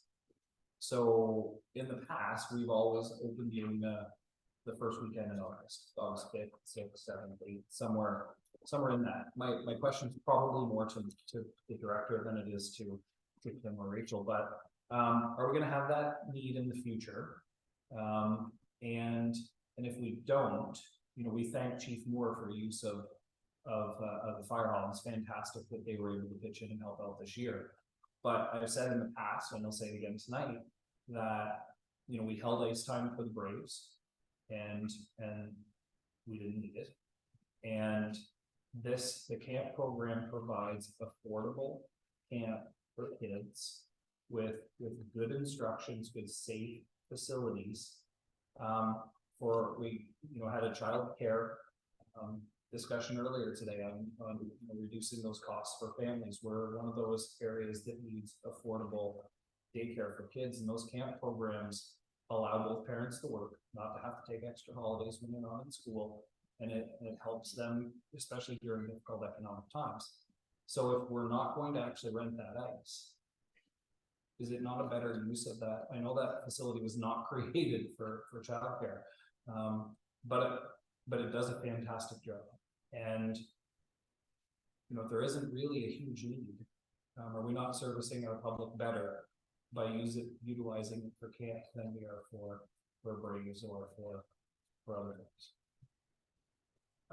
Chair to the mayor, so, if you're running under a public local association that after we had committed for years, showed back to 10 years, it's quite possible that we could have extended the ice, installation maybe by a week, maybe 2 weeks. I think there needs to be greater discussion with ourselves and the town of Prescott. I don't feel August ice and April, May ice, there'll be a need to have 2 arenas of ice. So I think at some point over the next month or two, there'll be some discussion with town of Prescott. Maybe come up with a plan that maybe one season we do the icing early, they need to then wait, and we do it reverse. But I'm not sure what Prescott's thoughts are on that. We've had some discussions this year regarding the ice, and I think that's gone well. So I would hope that those discussions on who's gonna put the ice in or whether or not, they may see their vision different. They may see the vision that, well, we can run both rinks. I don't see that vision based on what ice we rented this past autumn. And you'll see those numbers next week on Silver Stock. If the ice is not required, by all means, we'll run the take it out of there. It's supposed to happen to move it across to the fire hall for the latter 12 weeks. Thanks for that. I know it's a difficult discussion. I know the arena wasn't built to be a day camp. I get all of those things, but it's hard to imagine that running it through one of the hottest months of the year. It's an energy, well, it's not really energy efficient, but it's an expensive time to run and operate, you know, the arena as we're doing all those, but September hasn't been a good example. It's usually a lot cooler, and you know, the humidifiers or the dehumidifiers don't have to work quite as hard in September as they do in August. So I you know, from a business perspective or a business case, you know, the numbers won't lie when we see them.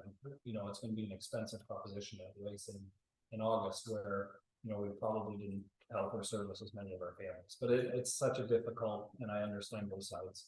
You know, it's a hockey rink, right? It's not a league. So I get it from both perspectives. Yeah, and to your point, Mr. Mayor, you know, it looks like a lot of the growth we're seeing on activities and recreation around the township is not hockey, and it's simple, right? You know, a lot of things are picked up this summer, and you know, there's growth there, right? So anyways.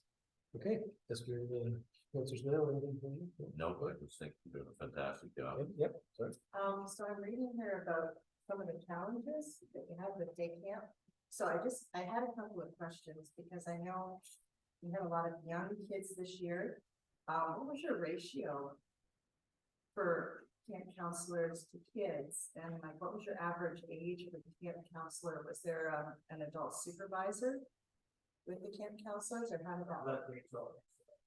Yeah. Through the chair, so each camp had someone over the age of 18 or older. Johnstown, they were 20, and Garden, they were 18 years old. Majority of our camp counselors age from 14 to 17 years of age. Our ratio is 1 to 10 currently. So that's kind of high, 1 to 10. And so, but you had a supervisor with those kids that were watching the kids, you said? Like one, okay, but still pretty young, like were they child and youth workers or? Chair, both of those students were currently in school for becoming a teacher. Okay, so, and they were in church. Current experience as well.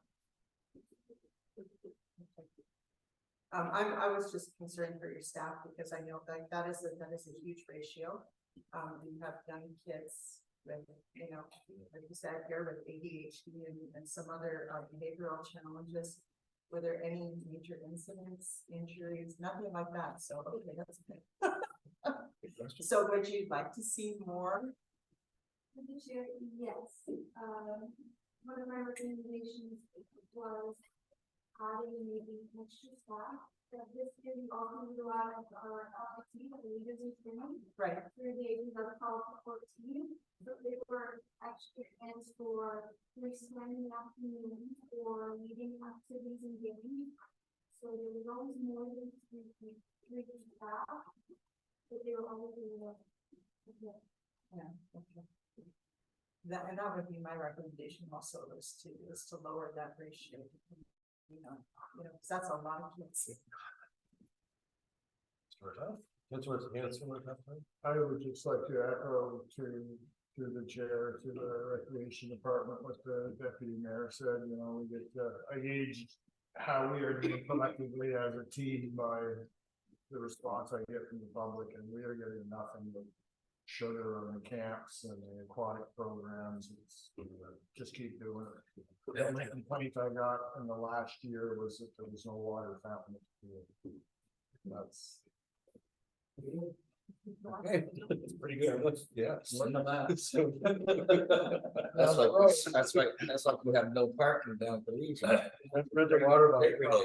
Yeah, great problem. Yeah, so, yeah, I mean, I think it was a great report, like I told you prior, you know, this was, you know, a good job, a good season, and it was really great to see all the good things that happened, and people are happy with everything you did, so it's great, you know, and it, you know, there was a bunch of things that it wasn't in this report, but it started off with things like the inflatables, and it really engaged the community, so that was really, you know, I think I can speak for all the councils, it was really appreciated that effort was there, because you know, you help to make us look good, and that's hard for this crowd for sure. So, anyways, but the only thing that I have to say a little bit about, I know Kim touched on it a bit, is regarding the extra support, the extra people, and you know, I think that's a great idea. I also think the possibilities, and there's a, you know, I would hope there's a great chance that there's some funding there potentially for us if. Because we want to also try to keep the costs as best we can for people in the township, and I suspect that there's some funding there available potentially from the canopies or something like that that can help offset some of the extra costs to bring better ratios and make it more easier for people, especially in light of the special needs of which I'm not pointed to, so I can really appreciate that. So. Just an idea about that. I don't know if we can tap into the college, but college students need placement hours, you know, ECEs, CYWs, so whatever. So I don't know if we can tap into that somehow. Yeah, I think there's a whole pool out there that hopefully we can tap into and you know, and keep it possible if we could. So otherwise, I think great report, like I said. Any other comments from anybody or? Okay, thank you very much. So Just, you know. Doesn't sound great, but there's only 6 people clapping. Fantastic summer programs. Yeah, for sure. Thanks again. Thank you. Okay, all right, so moving on then to number 6D, which is an action Navigi. Okay, it doesn't matter. Systems and mapping tools. I should have practiced this in the mirror, I guess, or something. So what do we have on this one? Calling it the VT. The beach? Fair enough, that's it. I'm going for. I forget to remember the plot. Never. Get a score. Get a score. Okay. Okay, so we're familiar with Health Seeker. They help us with our application to the housing accelerator fund. And as part of that agreement with Health Seeker, we've got a 1-year subscription to Cardinal, which gives us really cool social data insights. And we're just kind of uncovering that, and we've gone through an onboarding for Cardinal. Through that onboarding, they I saw in the presentation something about supply mapping. Asked way too many questions and ended up in a separate meeting talking about supply mapping, which is the DG here. And I thought this aligned very well with some of the things that you come talking about in regards to social and health services. So wanted to bring this opportunity forward to see if there was an interest in taking this on for a future. So Health Seeker would find all of the social services in our township, map them for us, and have them on a portal where it'd be easy to find. It integrates with Google Maps. It kind of looks like a Google Map with for social services, and you can narrow it down, get way more details than you could in Google Maps. That means it's different, but you see the similarities there.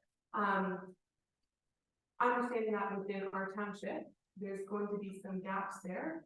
Ask them to look at, Augusta and Prescott and North Grenville as well for, social services, like myself, I wouldn't see anything, I wouldn't think twice about traveling to Castle or to Prescott for those, services.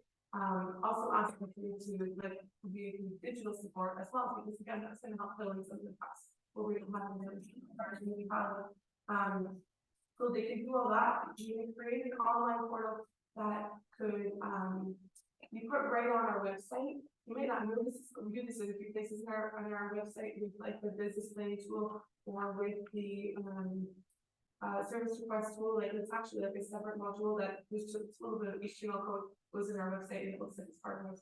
So they create something that we can have right on our website, with that mapping tool available. It's not quite on Grandfair's website, they just provide a link that helps, as long as you get a little bit of that. It would cost $7,000 with $1,000 that is, to create that, website interface. It's gonna need to be updated every year. You have to, you want a service like this being out of date, you want services that are there to actually be there, when someone's looking for them, so. Help seeker, I mean, they can vary on the level of support. I asked for the quote to include like, once a year to,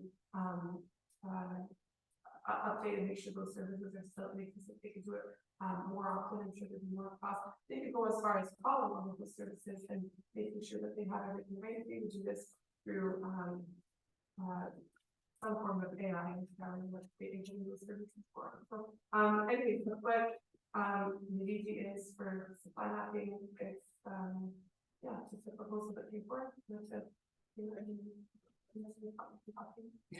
Perfect. So, thank you very much. You were giving me a nod that you wanted to speak. I do that. Yeah. Overlap, is there an overlap with counties? Counties provide social services on behalf of our township. Is this providing something different than what the counties does? Great question, and you have the opportunity to speak with, county social services department site with the email earlier today, so no, they don't provide this. They actually, they're from help seeker a little while. Okay, and so my second question is, you asked for Prescott, you asked for Augusta, and you asked for North Brendan, okay? We're getting all of that information, I assume, with this $7,000. Is it something that we can share with them, right? We have a tri-municipal meeting quarterly, that we look for ways in which we can share resources and share things. We're gonna upfront the cost of this. But maybe, you know, the ongoing maintenance cost of it, is that something that can be shared among the 4 municipalities, once we get the initial information? I'm sure. Yeah, I certainly support it. I have no issue with supporting this at all. I think it's fantastic. The more communication we can offer to our residents and residents around us about the services that are available is fantastic. So I just, you know, if we're going to do it for everybody else, it might be nice that, you know, everybody paid their part as well. That'd be my suggestion. There it is. Kim, yep. So does it directly link to those services and their websites, or does it just provide the information? Because that's gonna be a big, I mean, if it's just a directory, when you can go on and look, and if it can directly link through the portal to these. Things like going on there, things start or maybe click on that link and it'll let you know, okay, what happens there. Yeah, the picture doesn't give us that information. That's all. Good. Councilor Marquardt? I support the idea. The only thing that frightens me is when I see the word help seeker, I start thinking about the report we got for the Housing Accelerator Fund that is a little bit inaccurate in a lot of spots. Okay. So I think it's a great idea as long as it's a quality idea. Yeah, there was some data there, I believe, right? Well, I think it was, no, that's right. That's right. That might make sense. Okay. No comment? I support it. It seems like a good idea, but on 50/50 for. There's a lot of things you can go on to Google and find everything. We're gonna pay $7,000 on the main website. You Google wherever you wanna go, you can find it. That's why I wondered if it linked or the- That's how it came. That's why I wondered if it could link directly to the resources, because you can go to the one thing that you want. Now, if it was a direct link where you could actually go on it and then connect to the service directly, then I can see the benefit of that. But if it's just giving you the information, I'm like, I don't. It's up to you guys. It's more than just information on the website. Yeah, I don't know. I think it's following a lot of the social media community groups. I can't say how many times I've seen people go on their social media community group and ask, what day is garbage? Yes, no. What day is, why, you know, they're asking all of those questions there. And if we can just have a link that we can just click into that question and stuff, I think that would be a lot easier. Because, you know, people are like, what, 2 clicks or 3 clicks and they're done, right? I mean, and we're seeing it, I certainly see it all the time on social media, right? Where, well, I know you do too, because I see you on there too. But where, you know, a lot of those questions that could easily be found on our website, but people don't go to the website to see. So this would be like on your website? Yeah. And then they would just go to that and they could ask any question? Copy paste and, you know, with the question. I haven't seen it, so I don't know. You can click it. That's what it says it does, sir. Well, you don't have any digital in front of you. You can click it. Okay, so, the only question that I have actually is, with regards to the sources we're collecting from. And I didn't see Brockville there.